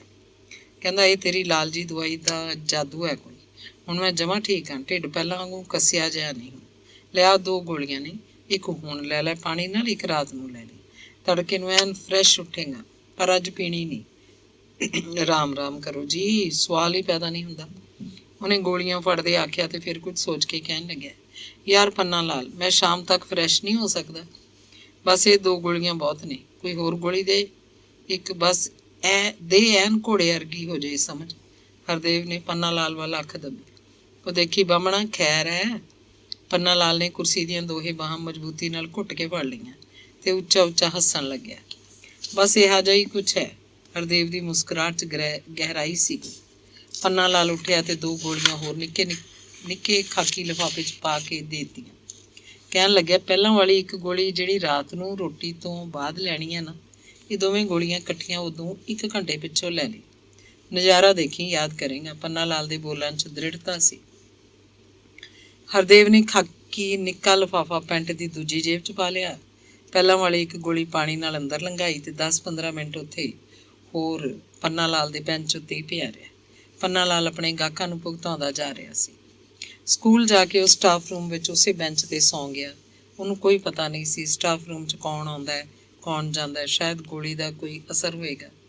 ਉਹ ਗੂੜੀ ਨੀਂਦ ਸੁੱਤਾ ਸੀ, ਸਾਰੀ ਛੁੱਟੀ ਵੇਲੇ ਵੀ ਨਹੀਂ ਉੱਠਿਆ। ਚਪੜਾਸੀ ਨੇ ਉਹਨੂੰ ਜਗਾਇਆ ਸੀ, ਆਖ ਰਿਹਾ ਸੀ, ਛੁੱਟੀ ਹੋ ਗਈ ਡੀਪੀ ਸਾਹਿਬ, ਸਭ ਗਏ, ਅੱਜ ਪਿੰਡ ਨੂੰ ਨਹੀਂ ਜਾਣਾ। ਅੱਛਾ, ਉਹ ਉਬੜਵਾਏ ਉੱਠ ਕੇ ਬੈਠ ਗਿਆ ਤੇ ਫਿਰ ਚਪੜਾਸੀ ਤੋਂ ਠੰਡੇ ਪਾਣੀ ਦਾ ਗਲਾਸ ਮੰਗਿਆ। ਉਹਨੇ ਉਸੇ ਵੇਲੇ ਸੰਦਲੀ ਦੇ ਘਰ ਜਾਣਾ ਚਾਹਿਆ, ਪਰ ਕੁਝ ਸੋਚ ਕੇ ਇਰਾਦਾ ਬਦਲ ਲਿਆ। ਉਹ ਦਿਨ ਛਿਪੇ ਜਿਹੇ ਉਹਦੇ ਘਰ ਜਾਏਗਾ ਜਦੋਂ ਕੋਈ ਦੇਖਦਾ ਨਾ ਹੋਵੇ। ਸਕੂਲੋਂ ਬਾਹਰ ਆ ਕੇ ਸੜਕ ਤੋਂ ਉਹਨੇ ਰਿਕਸ਼ਾ ਲਿਆ ਤੇ ਊਧਮ ਸਿੰਘ ਕਾਲਜ ਪਹੁੰਚ ਗਿਆ। ਹੋਸਟਲ ਦਾ ਵਾਰਡਨ ਉਹਦਾ ਪੁਰਾਣਾ ਦੋਸਤ ਸੀ। ਪਾਣੀ ਦਾ ਗਲਾਸ ਮੰਗਿਆ, ਹੋਰ ਖਾਧਾ ਪੀਤਾ ਕੁਝ ਵੀ ਨਹੀਂ। ਆਖਿਆ, ਘੰਟਾ 2 ਘੰਟੇ ਬਸ ਲੇਟਣਾ ਚਾਹੁੰਦਾ ਮੈਂ, ਹੋਰ ਕਾਸੇ ਦੀ ਲੋੜ ਨਹੀਂ। ਤੇਰਾ ਬੈੱਡ ਦੱਸ ਕਿੱਥੇ ਹੈ? ਸੂਰਜ ਦੀਆਂ ਬੇਜਾਨ ਕਿਰਨਾਂ 'ਚ ਕਾਲ ਘੁਲਣ ਲੱਗੀ ਤਾਂ ਉਹਦਾ ਰਿਕਸ਼ਾ ਸੰਦਲੀ ਦੇ ਘਰ ਅੱਗੇ ਜਾ ਖੜਾ। ਉਹ ਪਹਿਲਾਂ ਹੀ ਉਹਨੂੰ ਉਡੀਕ ਰਹੀ ਸੀ। ਨਾਲ ਆਥਣ ਦੀ ਰੋਟੀ ਦਾ ਆਰ ਜਿਹਾ ਵੀ ਕਰਦੀ ਫਿਰਦੀ ਸੀ। ਵਿਵੇਕ ਟੀਵੀ ਸਾਹਮਣੇ ਬੈਠਾ ਕੋਈ ਕਾਰਟੂਨ ਫਿਲਮ ਦੇਖਣ 'ਚ ਮਸਤ ਸੀ। ਉਹਨੂੰ ਪਤਾ ਹੀ ਨਹੀਂ ਲੱਗਿਆ ਉਹਨਾਂ ਦੇ ਘਰ ਕੋਈ ਆਇਆ। ਸੰਦਲੀ ਕਿਚਨ 'ਚ ਬਰਤਨ ਸਾਫ਼ ਕਰ ਰਹੀ ਸੀ, ਦੋਵੇਂ ਹੱਥ ਨਿੰਮ ਦੀ ਝੱਗ ਨਾਲ ਭਰੇ ਹੋਏ। ਉਹ ਥੋੜ੍ਹਾ ਜਿਹਾ ਕਮਰੇ ਅੰਦਰ ਹੋਈ ਤਾਂ ਹਰਦੇਵ ਉਹਨੂੰ ਅੰਬਰ ਵੇਲ ਵਾਂਗ ਲਿਪਟ ਗਿਆ। ਉਹਨੂੰ ਸਬੂਤਾ ਨਿਕਲ ਜਾਣਾ ਚਾਹੁੰਦਾ ਸੀ। ਸਾਰੀ ਰਾਤ ਤੇਰੀ ਹੈ, ਹੁਣ ਉੱਧਰ ਜਾ ਕੇ ਬੈਠ ਵਿਵੇਕ ਕੋਲ, ਨਹੀਂ ਤਾਂ ਉਹਨੇ ਇੱਥੇ ਆ ਜਾਣਾ। ਸੰਦਲੀ ਨੇ ਆਪਣੇ ਆਪ ਨੂੰ ਛਡਾਉਂਦਿਆਂ ਉਹਨੂੰ ਆਖਿਆ। ਉਹ ਟੀਵੀ ਵਾਲੇ ਕਮਰੇ 'ਚ ਗਿਆ ਤੇ ਵਿਵੇਕ ਨੂੰ ਕੱਛਾਂ ਤੋਂ ਚੁੱਕ ਕੇ ਹਿੱਕ ਨਾਲ ਲਾ ਲਿਆ। ਵਿਵੇਕ ਉਹਦੇ ਮੂੰਹ ਵੱਲ ਝਾਕ ਕੇ ਬੋਲਿਆ, ਅੰਕਲ, ਤੇ ਮੁਸਕਰਾਇਆ। ਹਰਦੇਵ ਦੇ ਹੱਥਾਂ 'ਚੋਂ ਨਿਕਲਣ ਲਈ ਉਹ ਸੰਘਰਸ਼ ਜਿਹਾ ਕਰਨ ਲੱਗ ਪਿਆ। ਉਸ ਵਕਤ ਉਹਦੇ ਲਈ ਕਾਰਟੂਨਾਂ ਦੀ ਦੁਨੀਆ ਦਿਲਚਸਪ ਸੀ। ਕੁਝ ਦਿਨ ਹੋਏ ਪਹਿਲਾਂ ਵੀ ਉਹ ਇੱਥੇ ਸੰਦਲੀ ਦੇ ਘਰ ਆਇਆ ਸੀ। ਉਸ ਦਿਨ ਤਾਂ ਬੜੀ ਮੁਸ਼ਕਿਲ ਨਾਲ ਉਹਨੂੰ ਉਹਦਾ ਘਰ ਲੱਭਿਆ ਸੀ। ਬੀਬੀ ਵਾਲਾ ਰੋਡ ਦੀਆਂ ਇਹਨਾਂ ਗਲੀਆਂ ਦੇ ਮਕਾਨ ਇੱਕ ਦੂਜੀ ਗਲੀ 'ਚ ਗੁਆਚ ਜਾਂਦੇ ਸਨ। ਪਤਾ ਹੀ ਨਹੀਂ ਲੱਗਦਾ ਸੀ ਕਿਹੜੀ ਗਲੀ ਹੈ। ਅੱਗੇ ਜਾ ਕੇ ਉਹ ਹੁਣ ਹੋਰ ਕਿਹੜੀ ਗਲੀ ਆ ਗਈ ਹੈ। ਉਹਦਾ ਪੌਣਾ ਘੰਟਾ ਐਵੇਂ ਹੀ ਰਿਕਸ਼ਾ ਵਾਲੇ ਦੇ ਚੱਕਰ ਕਟਵਾਉਂਦਾ ਰਿਹਾ ਸੀ ਤੇ ਫਿਰ ਜਦੋਂ ਘਰ ਲੱਭਿਆ ਤਾਂ ਹੋਰ ਹੀ ਭਾਣਾ ਵਰਤ ਗਿਆ। ਉਹ ਹਾਲੇ ਜਾ ਕੇ ਬੈਠਾ ਹੀ ਸੀ ਤੇ ਪਾਣੀ ਪੀ ਰਿਹਾ ਸੀ। ਸੰਦਲੀ ਦੇ ਭਰਾ ਭਰਜਾਈ ਦੋਵੇਂ ਬੱਚਿਆਂ ਨੂੰ ਲੈ ਕੇ ਆ ਧਮਕੇ। ਹਰਦੇਵ ਤੇ ਸੰਦਲੀ ਨੂੰ ਹੱਥਾਂ ਪੈਰਾਂ ਦੀ ਪੈ ਗਈ। ਅਸ਼ੋਕ ਟੱਬਰ ਨੂੰ ਲੈ ਕੇ ਅਚਾਨਕ ਆਇਆ ਸੀ, ਫੋਨ ਵੀ ਨਹੀਂ ਕੀਤਾ। ਉਹਨਾਂ ਨੇ ਸੋਚਿਆ ਹੋਵੇਗਾ ਸੰਦਲੀ ਘਰ ਹੀ ਹੋਏਗੀ, ਹੋਰ ਉਹਨੇ ਕਿੱਥੇ ਜਾਣਾ। ਥਿੜਕ ਦੀ ਆਵਾਜ਼ 'ਚ ਸੰਦਲੀ ਨੇ ਉਹਨਾਂ ਨੂੰ ਦੱਸਿਆ ਕਿ ਵੀਰ ਜੀ ਉਹਨਾਂ ਦੇ ਸਕੂਲ 'ਚ ਉਹਦੇ ਕੁਲੀਗ ਹਨ, ਸਕੂਲ ਦਾ ਇੱਕ ਕੰਮ ਸੀ, ਇਸ ਕਰਕੇ ਆਏ ਹਨ। ਹਰਦੇਵ ਨੇ ਉਹਨਾਂ ਨਾਲ ਚਾਹ ਨਹੀਂ ਪੀਤੀ। ਚੰਗਾ ਭੈਣ ਜੀ ਕਹਿ ਕੇ ਹੱਥ ਜੋੜੇ। ਸੰਦਲੀ ਦੇ ਭਰਾ ਭਰਜਾਈ ਵੱਲ ਸਿਰ ਝੁਕਾਇਆ ਤੇ ਬਗਾਨਿਆਂ ਵਾਂਗ ਉਹਨਾਂ ਦੇ ਘਰੋਂ ਬਾਹਰ ਹੋ ਗਿਆ। ਸੰਦਲੀ ਹੌਲੀ ਹੌਲੀ ਸ਼ਾਂਤ ਹੋਈ ਹੋਏਗੀ। ਬਰਤਨ ਸਾਫ਼ ਕਰਕੇ ਤੇ ਗੈਸ ਉੱਤੇ ਚਾਹ ਦਾ ਪਾਣੀ ਧਰ ਕੇ ਸੰਦਲੀ ਕਮਰੇ 'ਚ ਆਈ ਤੇ ਪੁੱਛਣ ਲੱਗੀ, ਇੰਨਾ ਹਨੇਰਾ ਕਿਉਂ ਕਰਤਾ? ਐਵੇਂ ਹੀ ਬਸ, ਮਖਿਆ ਹਨੇਰੇ ਜਿਹੇ ਹੀ ਠੀਕ ਹੈ। ਠੀਕ ਹੋ ਕੇ ਬੈਠ, ਜੁੱਤੀ ਲਾ ਦੇ, ਉਹ ਸਰਾਣਾ ਲੈ ਲੈ, ਮੈਂ ਚਾਹ ਲੈ ਕੇ ਆਉਣੀ ਆ ਪਿਆਲੀ ਪਿਆਲੀ। ਮਖਿਆ ਗੱਲ ਸੁਣ, ਅੱਜ ਤਾਂ ਨਹੀਂ ਆਉਣਾ ਕਿਤੇ ਤੇਰੇ ਭਰਾ ਭਰਜਾਈ ਨੇ। ਉਹ ਹੱਸ ਪਈ। ਇੰਝ ਹੱਸਦੀ ਉਹ ਹਰਦੇਵ ਨੂੰ ਬਹੁਤ ਪਿਆਰੀ ਲੱਗ ਰਹੀ ਸੀ। ਇਸ ਤਰ੍ਹਾਂ ਸਕੂਲ 'ਚੋਂ ਕਦੇ ਵੀ ਨਹੀਂ ਹੱਸੀ ਸੀ। ਦੱਸਣ ਲੱਗਿਆ, ਅੱਜ ਉਹ ਦੱਸਣ ਲੱਗੀ, ਅੱਜ ਉਹ ਦੋਵੇਂ ਹੀ ਭਗਵਾਨਪੁਰੇ ਗਏ ਹੋਏ ਨੇ। ਤੜਕੇ ਫੋਨ ਆਇਆ ਸੀ, ਅੱਜ ਰਾਤ ਉੱਥੇ ਹੀ ਰਹਿਣਗੇ। ਸ਼ਾਇਦ ਜੇ ਮੁੜ ਵੀ ਆਏ ਤਾਂ ਇਸ ਵੇਲੇ ਨਹੀਂ ਆਉਂਦੇ। ਤੂੰ ਨਿਸ਼ਚਿੰਤ ਹੋ ਜਾ। ਉਸੇ ਕਮਰੇ 'ਚ ਸੌਂਦੀ ਹੁੰਦੀ ਵਿਵੇਕ ਨੂੰ ਲੈ ਕੇ। ਚਾਹ ਪੀਣ ਬਾਅਦ ਉਹ ਰੋਟੀ ਟੁੱਕਦਾ ਕਰਨ ਲੱਗੀ। ਹਰਦੇਵ ਟੀਵੀ ਦੇਖਦਾ ਰਿਹਾ। ਉਹਨੂੰ ਕਿਸੇ ਚੈਨਲ 'ਚ ਕੋਈ ਦਿਲਚਸਪੀ ਨਹੀਂ ਸੀ। ਵਿਵੇਕ ਜਿਹੜਾ ਵੀ ਚੈਨਲ ਲਾਉਂਦਾ ਉਹ ਦੇਖੀ ਜਾਂਦਾ। ਦਾਲ ਸਬਜ਼ੀ ਕੀ ਬਣਾਵਾਂ ਪੁੱਛਣ ਆਈ। ਕੁਛ ਵੀ ਹੋਵੇ, ਸਾਦਾ ਨੂੰ ਸਵਾਦਾਂ ਨਾਲ ਕੀ, ਉਹਨੇ ਸੰਖੇਪ ਜਵਾਬ ਦਿੱਤਾ। ਹਾਏ ਮੇਰਾ ਸੰਤ ਮਹਾਤਮਾ, ਉਹਦੇ ਕੰਨ 'ਚ ਆ ਗਈ। ਵਿਵੇਕ ਜੋ ਟੀਵੀ 'ਚੋਂ ਅੱਖ ਨਹੀਂ ਕੱਢ ਰਿਹਾ ਸੀ ਬੋਲਿਆ, ਮੰਮੀ ਮੈਂ ਦਾਲ ਨਹੀਂ ਖਾਣੀ। ਹੋਰ ਕੀ ਖਾਓਗੇ ਬੇਟੇ? ਆਲੂ ਬੈਂਗਣ ਵੀ ਨਹੀਂ, ਸਵੇਰ ਦੀਆਂ ਭਰਿੰਡੀਆਂ ਪਈਆਂ ਨੇ, ਬਸ ਉਹ ਖਾਊਂਗਾ। ਚੰਗਾ ਬੇਟੇ, ਸੰਦਲੀ ਇਹ ਰੋਟੀ ਟੁੱਕ ਜਾਂ ਛੇਤੀ ਨਿਬੇੜ। ਹਰਦੇਵ ਨੇ ਉਹਨੂੰ ਕਮਰੇ ਤੋਂ ਬਾਹਰ ਜਾਂਦੀ ਨੂੰ ਹੌਲੀ ਜਿਹੀ ਆਖਿਆ। ਉਹ ਫਿਰ ਮੁੜ ਆਈ ਤੇ ਉਹਦੇ ਕੰਨ 'ਚ ਕਿਹਾ, ਕਿਉਂ ਐਡੀ ਛੇਤੀ ਕੀ ਅੱਗ ਲੱਗੀ ਹੈ? ਹਰਦੇਵ ਨੇ ਉਹਦਾ ਹੱਥ ਘੁੱਟ ਦਿੱਤਾ, ਜਿਹਦਾ ਮਤਲਬ ਸੀ ਕਿਚਨ 'ਚ ਜਾ ਹੁਣ। ਅੰਡਿਆਂ ਦੀ ਭੁਰਜੀ ਬਣਾ ਲੈਂਦੀ ਹਾਂ, ਮਿੰਟ ਲੱਗੂ। ਰੋਟੀਆਂ ਨਾਲ ਦੀ ਨਾਲ ਪੱਕੀ ਜਾਣਗੀਆਂ। ਆਟਾ ਗੁੰਨਿਆ ਪਿਆ ਫਰਿੱਜ 'ਚ। ਬਸ ਠੀਕ ਹੈ। ਹਰਦੇਵ ਜਿਵੇਂ ਮਿੰਟ ਗਿਣ ਰਿਹਾ ਹੋਵੇ। ਹਰਦੇਵ ਦਾ ਬੈੱਡ ਉਹਨੇ ਅੱਡ ਕਮਰੇ 'ਚ ਲਾ ਦਿੱਤਾ ਸੀ, ਲੋਹੇ ਦਾ ਫੋਲਡਿੰਗ ਮੰਜਾ। ਵਿਵੇਕ ਰੋਟੀ ਖਾ ਕੇ ਟੀਵੀ ਦੇਖਦਾ ਦੇਖਦਾ ਸੌਂ ਜਾਂਦਾ। ਮੁੜ ਕੇ ਸਾਰੀ ਰਾਤ ਨਹੀਂ ਜਾਗਦਾ ਸੀ। ਅੰਗ 40ਵਾਂ। ਉਹ ਅਗਲੇ ਦਿਨ ਸਵੇਰੇ ਸਦਿਆਂ ਹੀ ਉੱਠ ਖੜੇ। ਸੰਦਲੀ ਨੇ ਚਾਹ ਬਣਾ ਲਈ। ਵਿਵੇਕ ਹਾਲੇ ਜਾਗਿਆ ਨਹੀਂ ਸੀ। ਉਹਦੇ ਕਮਰੇ 'ਚ ਗਈ ਸੀ ਤੇ ਉਹਨੂੰ ਘੂਕ ਸੁੱਤਾ ਪਿਆ ਦੇਖ ਕੇ ਆਈ ਸੀ। ਉਹਨੂੰ ਗਲ ਤੱਕ ਕੱਪੜੇ ਨਾਲ ਢੱਕ ਦਿੱਤਾ ਤੇ ਸਿਰ ਉੱਤੇ ਹੱਥ ਫੇਰ ਕੇ ਪਿਆਰ ਕੀਤਾ। ਚਾਹ ਪੀ ਰਹੇ ਉਹ ਇੱਕ ਦੂਜੇ ਵੱਲ ਝਾਕਦੇ ਤੇ ਝਾਕਦੇ ਹੀ ਰਹਿੰਦੇ। ਹਰਦੇਵ ਪੁੱਛਦਾ, ਕਿਉਂ, ਕੀ ਦੇਖਦੀ ਹੈ? ਮੁਸਕਰਾ ਕੇ ਜਵਾਬ ਦਿੰਦੀ, ਕੁਛ ਨਹੀਂ। ਸੰਦਲੀ ਪੁੱਛਦੇ, ਐਂ ਕਿਉਂ ਝਾਕਦਾ ਹੈ? ਉਹ ਝਾਕਦਾ ਹੀ ਬੋਲਦਾ, ਐਵੇਂ ਹੀ ਬਸ। ਤੇ ਫਿਰ ਸੰਦਲੀ ਕਹਿਣ ਲੱਗੀ, ਚੰਗਾ ਜਾ ਹੁਣ, ਚਲਿਆ ਜਾਣਾ ਇਉਂ ਘਰੋਂ ਕਿਉਂ ਕੱਢਦੀ ਹੈ? ਉਹਨੇ ਛੇਤੀ ਆਪਣੇ ਕੱਪੜੇ ਪਾਏ। ਘਰੋਂ ਬਾਹਰ ਹੋਣ ਤੋਂ ਪਹਿਲਾਂ ਸੰਦਲੀ ਨੂੰ ਆਪਣੀ ਬੁੱਕਲ 'ਚ ਲੈ ਕੇ ਘੁੱਟਿਆ, ਫਿਰ ਉਹਨੂੰ ਹਲਕਾ ਜਿਹਾ ਚੁੰਮ ਲਿਆ। ਹੁਣ ਕਿੱਥੇ ਜਾਏਗਾ? ਪਹਿਲੀਆਂ ਬੱਸਾਂ ਦਾ ਵੇਲਾ ਹੋ ਗਿਆ, ਅੱਜ ਸਕੂਲ ਨਹੀਂ ਜਾਂਦਾ ਮੈਂ। ਪਿੰਡ ਨੂੰ ਜਾਣਾ, ਨਹਾ ਧੋ ਕੇ ਬਸ ਸੌਂ ਜਾਣਾ। ਕਿਉਂ, ਥੱਕ ਗਿਆ? ਤੂੰ ਨਹੀਂ ਥੱਕੀ? ਮੈਨੂੰ ਤਾਂ ਕੁਛ ਨਹੀਂ ਹੋਇਆ, ਮੈਂ ਤਾਂ ਉਹੀ ਜਿਹੀ ਪਈ ਹਾਂ। ਹਰਦੇਵ ਨੂੰ ਪੁਰਾਣੇ ਅੱਡੇ ਤੋਂ ਹੀ ਉਹਨਾਂ ਦੇ ਪਿੰਡ ਨੂੰ ਜਾਣ ਵਾਲੀ ਬੱਸ ਮਿਲ ਗਈ ਸੀ। ਸੰਦਲੀ ਨੇ ਪਹਿਲਾਂ ਫੋਲਡਿੰਗ ਮੰਜਾ ਇਕੱਠਾ ਕੀਤਾ, ਬਿਸਤਰੇ ਦੀ ਚਾਦਰ ਬਾਥਰੂਮ ਦੇ ਟੱਬ 'ਚ ਸੁੱਟ ਦਿੱਤੀ। ਫਿਰ ਉਹ ਵਿਵੇਕ ਨਾਲ ਇੱਕ ਪਾਸੇ ਜਿਹੇ ਹੋ ਕੇ ਪੈ ਗਈ। ਉਹਦਾ ਸਰੀਰ ਬੁਰੀ ਤਰ੍ਹਾਂ ਟੁੱਟਿਆ ਪਿਆ ਸੀ, ਨੀਂਦ ਵੀ ਕਿਤੇ। ਉਹਨੇ ਵਿਵੇਕ ਨੂੰ ਸਕੂਲ ਜਾਣ ਲਈ ਤਿਆਰ ਕਰਨਾ ਸੀ, ਉਹਦਾ ਨਾਸ਼ਤਾ ਬਣਾਉਣਾ ਸੀ, ਟਿਫਨ ਸੀ, ਫਿਕਰ ਸੀ। ਉਹ ਸੌਂ ਗਈ ਤਾਂ ਫਿਰ ਉੱਠਿਆ ਹੀ ਨਹੀਂ ਜਾਣਾ। ਵਿਵੇਕ ਨੂੰ ਉਹਦੀ ਸਕੂਲ ਵੈਨ 'ਚ ਬਿਠਾ ਕੇ ਉਹ ਕਾਹਲ ਨਾਲ ਘਰ ਪਹੁੰਚੀ ਤੇ ਝਾਟੀ ਦਰਵਾਜ਼ੇ ਦਾ ਅੰਦਰਲਾ ਕੁੰਡਾ ਲਾ ਲਿਆ। ਫੋਨ ਦਾ ਰਿਸੀਵਰ ਚੈੱਕ ਕੀਤਾ। ਉਹ ਰਾਤ ਦਾ ਹੀ ਇੰਗੇਜ ਕੀਤਾ ਹੋਇਆ ਸੀ। ਬੈੱਡ ਉੱਤੇ ਉਹ ਬਿੱਲੀ ਵਾਂਗ ਅੰਗ ਪੈਰ ਖੁੱਲ੍ਹੇ ਛੱਡ ਕੇ ਲੇਟ ਗਈ। ਪਹਿਲਾਂ ਤਾਂ ਉਖੜੀ ਨੀਂਦ ਸੀ, ਫਿਰ ਨੀਂਦ ਗਹਿਰਾਉਣ ਲੱਗੀ। ਉਹਨੂੰ ਪਤਾ ਨਹੀਂ ਸੀ ਉਹ ਕਿੱਥੇ ਪਈ ਹੈ, ਉਹਨੇ ਉੱਠਣਾ ਵੀ ਹੈ ਕਿ ਨਹੀਂ। 12 ਵਜੇ ਉਹਦੀ ਜਾਗ ਖੁੱਲ੍ਹੀ। ਉਹਦੇ ਸਕੂਲ ਜਾਣ ਤੋਂ ਪਹਿਲਾਂ ਦੁੱਧ ਵਾਲਾ ਭਾਈ ਆਉਂਦਾ ਹੁੰਦਾ। ਉਹਨੇ ਦਰਵਾਜ਼ਾ ਖੜਕਾਇਆ ਹੋਏਗਾ, ਗੇਟ ਭੰਨਿਆ ਹੋਏਗਾ ਤੇ ਪਤਾ ਨਹੀਂ ਕੀ ਸੋਚ ਕੇ ਵਾਪਸ ਚਲਾ ਗਿਆ ਹੋਏਗਾ। ਉਹ ਤਾਂ ਜਿਵੇਂ ਘਰ 'ਚ ਹੀ ਨਹੀਂ ਸੀ। ਸਭ ਤੋਂ ਪਹਿਲਾਂ ਉਹਨੇ ਸਕੂਲ ਨੂੰ ਫੋਨ ਕੀਤਾ ਕਿ ਉਹਦੀ ਤਬੀਅਤ ਖਰਾਬ ਹੈ, ਛੁੱਟੀ ਭਰ ਦਿੱਤੀ ਜਾਵੇ। ਹੈਡਮਾਸਟਰ ਨੇ ਸਿਰਫ ਹੂੰ ਹਾਂ ਕੀਤੀ ਸੀ, ਪੁੱਛਿਆ ਕੁਛ ਨਹੀਂ। ਉਹਦਾ ਜੀਅ ਕੀਤਾ ਕਿ ਉਹ ਆਖ ਦੇਵੇ, ਹਰਦੇਵ ਦੀ ਵੀ ਛੁੱਟੀ ਭਰ ਦਿਓ, ਪਰ ਉਹ ਕੰਬ ਕੇ ਇਕੱਠੀ ਜਿਹੀ ਹੋ ਗਈ। ਫੋਨ ਬੰਦ ਕਰ ਦਿੱਤਾ। ਆਮ ਤੌਰ ਉੱਤੇ ਉਹ ਟੂਟੀ ਦੇ ਨਿੱਘੇ ਪਾਣੀ ਨਾਲ ਹੀ ਨਹਾ ਲੈਂਦੀ ਸੀ, ਪਰ ਉਸ ਦਿਨ ਖਾਸੇ ਤੱਤੇ ਪਾਣੀ ਨਾਲ ਪਿੰਡਾ ਮਲ ਕੇ ਨਹਾਤੀ। ਹਰਦੇਵ ਨੇ ਜਿਵੇਂ ਉਹਦੀ ਪੂਰੀ ਭੰਨੀ ਪਈ ਸੀ। ਮਕਾਨ ਦੇ ਮੇਨ ਗੇਟ ਨੂੰ ਉਹਨੇ ਸਿਰਫ ਭੇੜ ਦਿੱਤਾ, ਅੰਦਰਲਾ ਕੁੰਡਾ ਨਹੀਂ ਲਾਇਆ। ਉਦੋਂ ਹੀ ਜਾਗ ਆਈ ਜਦੋਂ ਵਿਵੇਕ ਨੇ ਸਕੂਲੋਂ ਆ ਕੇ ਆਪਣਾ ਬੈਗ ਬੈੱਡ ਉੱਤੇ ਚਲਾ ਕੇ ਮਾਰਿਆ। ਸਕੂਲੋਂ ਆ ਕੇ ਉਹ ਇੰਝ ਹੀ ਕਰਿਆ ਕਰਦਾ ਸੀ। ਸੰਦਲੀ ਨੇ ਪਹਿਲਾਂ ਉਹਨੂੰ ਪਾਣੀ ਦਿੱਤਾ, ਫਿਰ ਹਿੱਕ ਨਾਲ ਘੁੱਟ ਲਿਆ। ਅੰਗ 41। ਉਹ ਇੰਝ ਹੀ 2 ਵਾਰ ਫਿਰ ਸੰਦਲੀ ਦੇ ਘਰ ਗਿਆ ਸੀ। ਹਨੇਰਾ ਹੋਏ ਤੋਂ ਚੋਪਲੇ ਜੇ ਜਾਂਦਾ ਰਹਿ ਪੈਂਦਾ। ਸੰਦਲੀ ਉਹਨੂੰ ਆਪ ਆਖ ਕੇ ਹੀ ਬੁਲਾਉਂਦੀ ਸੀ। ਉਹਨੂੰ ਸੱਦ ਵੀ ਲੈਂਦੀ ਤੇ ਡਰਦੀ ਵੀ। ਬਹੁਤਾ ਡਰ ਤਾਂ ਉਹਨੂੰ ਅਸ਼ੋਕ ਦਾ ਸੀ। ਉਹ ਕਦੇ ਵੀ ਆ ਸਕਦਾ ਸੀ। ਉਹ ਫੋਨ ਕਰਕੇ ਨਹੀਂ ਆਉਂਦਾ ਸੀ, ਨਾ ਹੀ ਉਹਦੇ ਆਉਣ ਦਾ ਕੋਈ ਖਾਸ ਵੇਲਾ ਸੀ। ਕਦੇ ਤਾਂ ਉਹ ਇੰਝ ਵੀ ਆਇਆ ਸੀ, ਆਖੇ ਮੈਂ ਇੱਧਰ ਦੀ ਲੰਘਿਆ ਜਾਂਦਾ ਸੀ, ਮੈਂ ਕਿਹਾ ਮਿਲ ਆਵਾਂ ਸੰਦਲੀ ਨੂੰ। ਦੂਜਾ ਡਰ ਸੀ ਉਹਨੂੰ ਆਂਢ ਗੁਆਂਢ ਦਾ। ਉਹਨੂੰ ਲੱਗਦਾ ਜਿਵੇਂ ਹਰਦੇਵ ਦਾ ਸਭ ਨੂੰ ਪਤਾ ਹੋਵੇ, ਚਾਹੇ ਉਹ ਹਨੇਰਾ ਹੋਏ ਤੋਂ ਆਉਂਦਾ ਸੀ। ਅੰਦਰ ਵੜ ਕੇ ਬੈਠ ਜਾਂਦਾ, ਤੜਕੇ ਨੂੰ ਹਨੇਰੇ ਘਰੋਂ ਨਿਕਲ ਜਾਂਦਾ। ਕਿਸੇ ਨੂੰ ਕੀ ਪਤਾ ਸੀ ਉਹਦੇ ਆਏ ਗਏ ਦਾ, ਪਰ ਸੰਦਲੀ ਨੂੰ ਮਨ ਦਾ ਪਾਲਾ ਮਾਰਦਾ ਰਹਿੰਦਾ। ਹਰਦੇਵ ਦੇ ਘਰੋਂ ਬਾਹਰ ਜਾਣ ਤੋਂ ਬਾਅਦ ਉਹ ਬੜੀ ਸ਼ਿੱਦਤ ਨਾਲ ਸੋਚਦੀ, ਕੰਬ ਜਾਂਦੀ। ਜੈ ਖਾਣੀਆਂ ਕੰਧਾਂ ਵੀ ਬੋਲ ਪੈਂਦੀਆਂ ਨੇ। ਮਨ ਦਾ ਪਾਲਾ ਫੈਲਣ ਲੱਗਦਾ ਤਾਂ ਉਹ ਸੋਚਦੀ, ਆਂਢ ਗੁਆਂਢ ਦੀ ਘੁਸਰ ਮੁਸਰ ਕਦੇ ਸਾਰੀ ਗਲੀ ਦੀ ਚਰਚਾ ਵੀ ਬਣ ਸਕਦੀ ਹੈ। ਗਲੀ ਵਾਲੇ ਉਹ ਤੋਂ ਇਹ ਮਕਾਨ ਛੁਡਵਾ ਵੀ ਸਕਦੇ ਆ। ਆਖਣਗੇ ਨਿਕਲ ਇੱਥੋਂ, ਸਾਡੇ ਮੁੰਡੇ ਕੁੜੀਆਂ 'ਤੇ ਬੁਰਾ ਅਸਰ ਪੈਂਦਾ। ਸ਼ਹਿਰ ਦਾ ਮਾਮਲਾ ਮੁੜ ਕੇ ਉਹਨੂੰ ਅਜਿਹਾ ਮਕਾਨ ਨਹੀਂ ਮਿਲਣਾ, ਬਦਨਾਮੀ ਵਾਧੂ ਦੀ। ਫਿਰ ਸ਼ਹਿਰ 'ਚ ਹੀ ਉਹਨਾਂ ਨੇ 2 ਟਿਕਾਣੇ ਹੋਰ ਬਣਾ ਲਏ। ਇੱਕ ਤਾਂ ਸੀ ਪੰਨਾ ਲਾਲ ਦਾ ਮਕਾਨ। ਪੰਨਾ ਲਾਲ ਦੀ ਘਰ ਵਾਲੀ ਮਰੀ ਹੋਈ ਸੀ। ਘਰ 'ਚ ਬਸ ਉਹਦੀ ਬੁੱਢੀ ਮਾਂ ਸੀ। ਪੰਨਾ ਲਾਲ ਦੇ ਆਪਣੇ 2 ਬੱਚੇ ਸਨ। ਕੁੜੀ ਪੜ੍ਹਾ ਲਿਖਾ ਕੇ ਵਿਆਹਤੀ ਸੀ। ਮੁੰਡਾ +2 ਕਰਨ ਬਾਅਦ ਹੁਣ ਅੰਮ੍ਰਿਤਸਰ ਕੋਈ ਕੋਰਸ ਕਰਦਾ ਸੀ। ਪੰਨਾ ਲਾਲ ਦਾ ਮਕਾਨ ਗਣੇਸ਼ਾ ਬਸਤੀ 'ਚ ਸੀ। ਕਈ ਕਮਰਿਆਂ ਦਾ ਮਕਾਨ ਸੀ।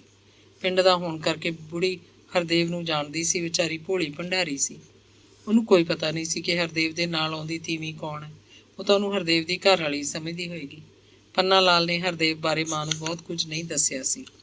ਇੱਕ ਦਿਨ ਬਸ ਇੰਨਾ ਹੀ ਸਿਆਣੂ ਕਰਾਇਆ ਸੀ ਕਿ ਇਹ ਆਪਣੇ ਪਿੰਡ ਦਾ ਮੁੰਡਾ ਹੈ, ਦੁੰਨੇ ਦੇ ਅਗਵਾੜੋਂ ਪੰਡਤ ਸੰਤਾਰਾਮ ਦਾ ਪੋਤਾ। ਬੁੜੀ ਨੂੰ ਨਾ ਸਵਾਰ ਕੇ ਸੁਣਦਾ ਸੀ, ਨਾ ਸਵਾਰ ਕੇ ਦਿਸਦਾ ਸੀ। ਬਸ ਚੁੱਲ੍ਹੇ ਚੌਂਕੇ ਦਾ ਕੰਮ ਕਰ ਲੈਂਦੀ ਤੇ ਆਪਣੇ ਆਪ ਨੂੰ ਸੰਭਾਲੀ ਰੱਖਦੀ। ਜਦੋਂ ਵੀ ਹਰਦੇਵ ਸੰਦਲੀ ਨੂੰ ਲੈ ਕੇ ਆਉਂਦਾ, ਉਹ ਮਾਈ ਦੇ ਪੈਰੀਂ ਹੱਥ ਲਾ ਦਿੰਦਾ। ਆਖਦਾ, ਤਾਈ ਜੀ ਮੈਂ ਹਰਦੇਵ ਹਾਂ। ਸੰਦਲੀ ਵੀ ਪੈਰੀਂ ਹੱਥ ਲਾਉਂਦੀ। ਸੰਦਲੀ ਦਾ ਪੈਰੀਂ ਹੱਥ ਲਾਉਣਾ ਬੁੜੀ ਲਈ ਪੱਕਾ ਸੰਕੇਤ ਸੀ ਕਿ ਉਹ ਹਰਦੇਵ ਦੀ ਬਹੂ ਹੈ। ਉਸ ਦਿਨ ਸੰਦਲੀ ਸਕੂਲੋਂ ਸਾਰੀ ਛੁੱਟੀ ਲੈ ਲੈਂਦੀ ਸੀ। ਹਰਦੇਵ ਛੁੱਟੀ ਨਹੀਂ ਲੈਂਦਾ ਸੀ। ਉਹ ਤਾਂ ਕੋਈ ਬਹਾਨਾ ਬਣਾਉਂਦਾ, ਬਾਜ਼ਾਰ ਜਾਣ ਦਾ, ਤੇ ਹੈਡਮਾਸਟਰ ਨੂੰ ਆ ਕੇ ਤੁਰ ਆਉਂਦਾ। 2 ਘੰਟੇ ਵੀ ਨਾ ਮੁੜਦਾ ਤਾਂ ਵੀ ਕੀ ਸੀ, ਉਹਨੇ ਕਿਹੜਾ ਕੋਈ ਕਲਾਸ ਲੈਣੀ ਹੁੰਦੀ ਸੀ। ਉਹਦੀ ਤਾਂ ਖੁੱਲ੍ਹ ਖੇਡ ਸੀ। ਤੈਅ ਕੀਤੇ ਸਮੇਂ ਅਨੁਸਾਰ ਸੰਦਲੀ ਪੰਨਾ ਲਾਲ ਦੇ ਘਰ ਮਾਂ ਕੋਲ ਜਾ ਬੈਠਦੀ ਤੇ ਪਾਣੀ ਪੀ ਕੇ ਗੱਲਾਂ ਮਾਰਨ ਲੱਗਦੀ। ਇੰਨੇ ਨੂੰ ਹਰਦੇਵ ਆ ਜਾਂਦਾ।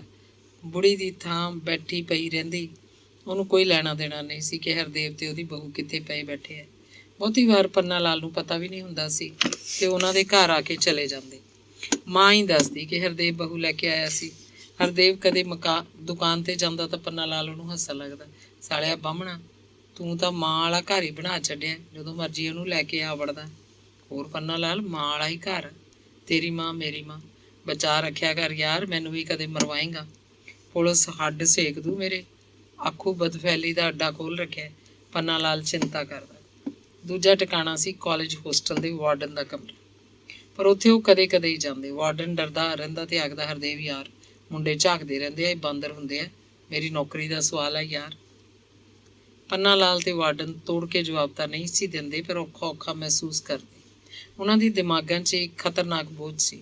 ਹਰਦੇਵ ਤੇ ਸੰਦਲੀ ਵੀ ਉਹਨਾਂ ਕੋਲ ਧੱਕੋ ਧੱਕੀ ਜਾ ਵੜਦੇ। ਕਦੇ ਕਦੇ ਸੰਦਲੀ ਦੇ ਘਰ ਹੀ ਪ੍ਰੋਗਰਾਮ ਬਣ ਜਾਂਦਾ। ਉੱਥੇ ਅਸ਼ੋਕ ਦਾ ਡਰ ਸੀ ਜਾਂ ਫਿਰ ਗਲੀ ਦੀਆਂ ਕਾਂ ਅੱਖਾਂ ਦਾ। ਉਹ ਜਿੱਚ ਹੋਏ ਪਏ ਸਨ। ਜਾਣ ਤਾਂ ਆਖਰ ਜਾਣ ਕਿੱਥੇ। ਅਖੀਰ ਉਹਨਾਂ ਦਾ ਮੂੰਹ ਜੰਗਲ ਵੱਲ ਹੋ ਗਿਆ। ਆਬਾਦੀਆਂ ਰਾਸ ਨਹੀਂ ਸਨ। ਜੰਗਲ ਪਿਆਰਾ ਲੱਗਦਾ, ਉਜਾੜ ਬੀਆਬਾਨ, ਜਿਵੇਂ ਉਹਨਾਂ ਨੂੰ ਜ਼ਿੰਦਗੀ ਬਖਸ਼ਦਾ ਹੋਵੇ।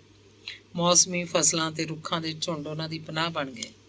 ਪਹਿਲੇ ਮਿੱਥੇ ਪ੍ਰੋਗਰਾਮ ਅਨੁਸਾਰ ਉਹ ਦੋਵੇਂ ਸਕੂਲ ਨੂੰ ਛੁੱਟੀ ਦੀਆਂ ਅਰਜ਼ੀਆਂ ਦੇ ਦਿੰਦੇ। ਕਦੇ ਵੀ ਸ਼ੱਕ ਪੈਦਾ ਨਹੀਂ ਹੋਇਆ ਸੀ ਕਿ ਦੋਵੇਂ ਇਕੱਠੇ ਛੁੱਟੀ 'ਤੇ ਕਿਉਂ ਹਨ, ਕਿੱਥੇ ਹਨ।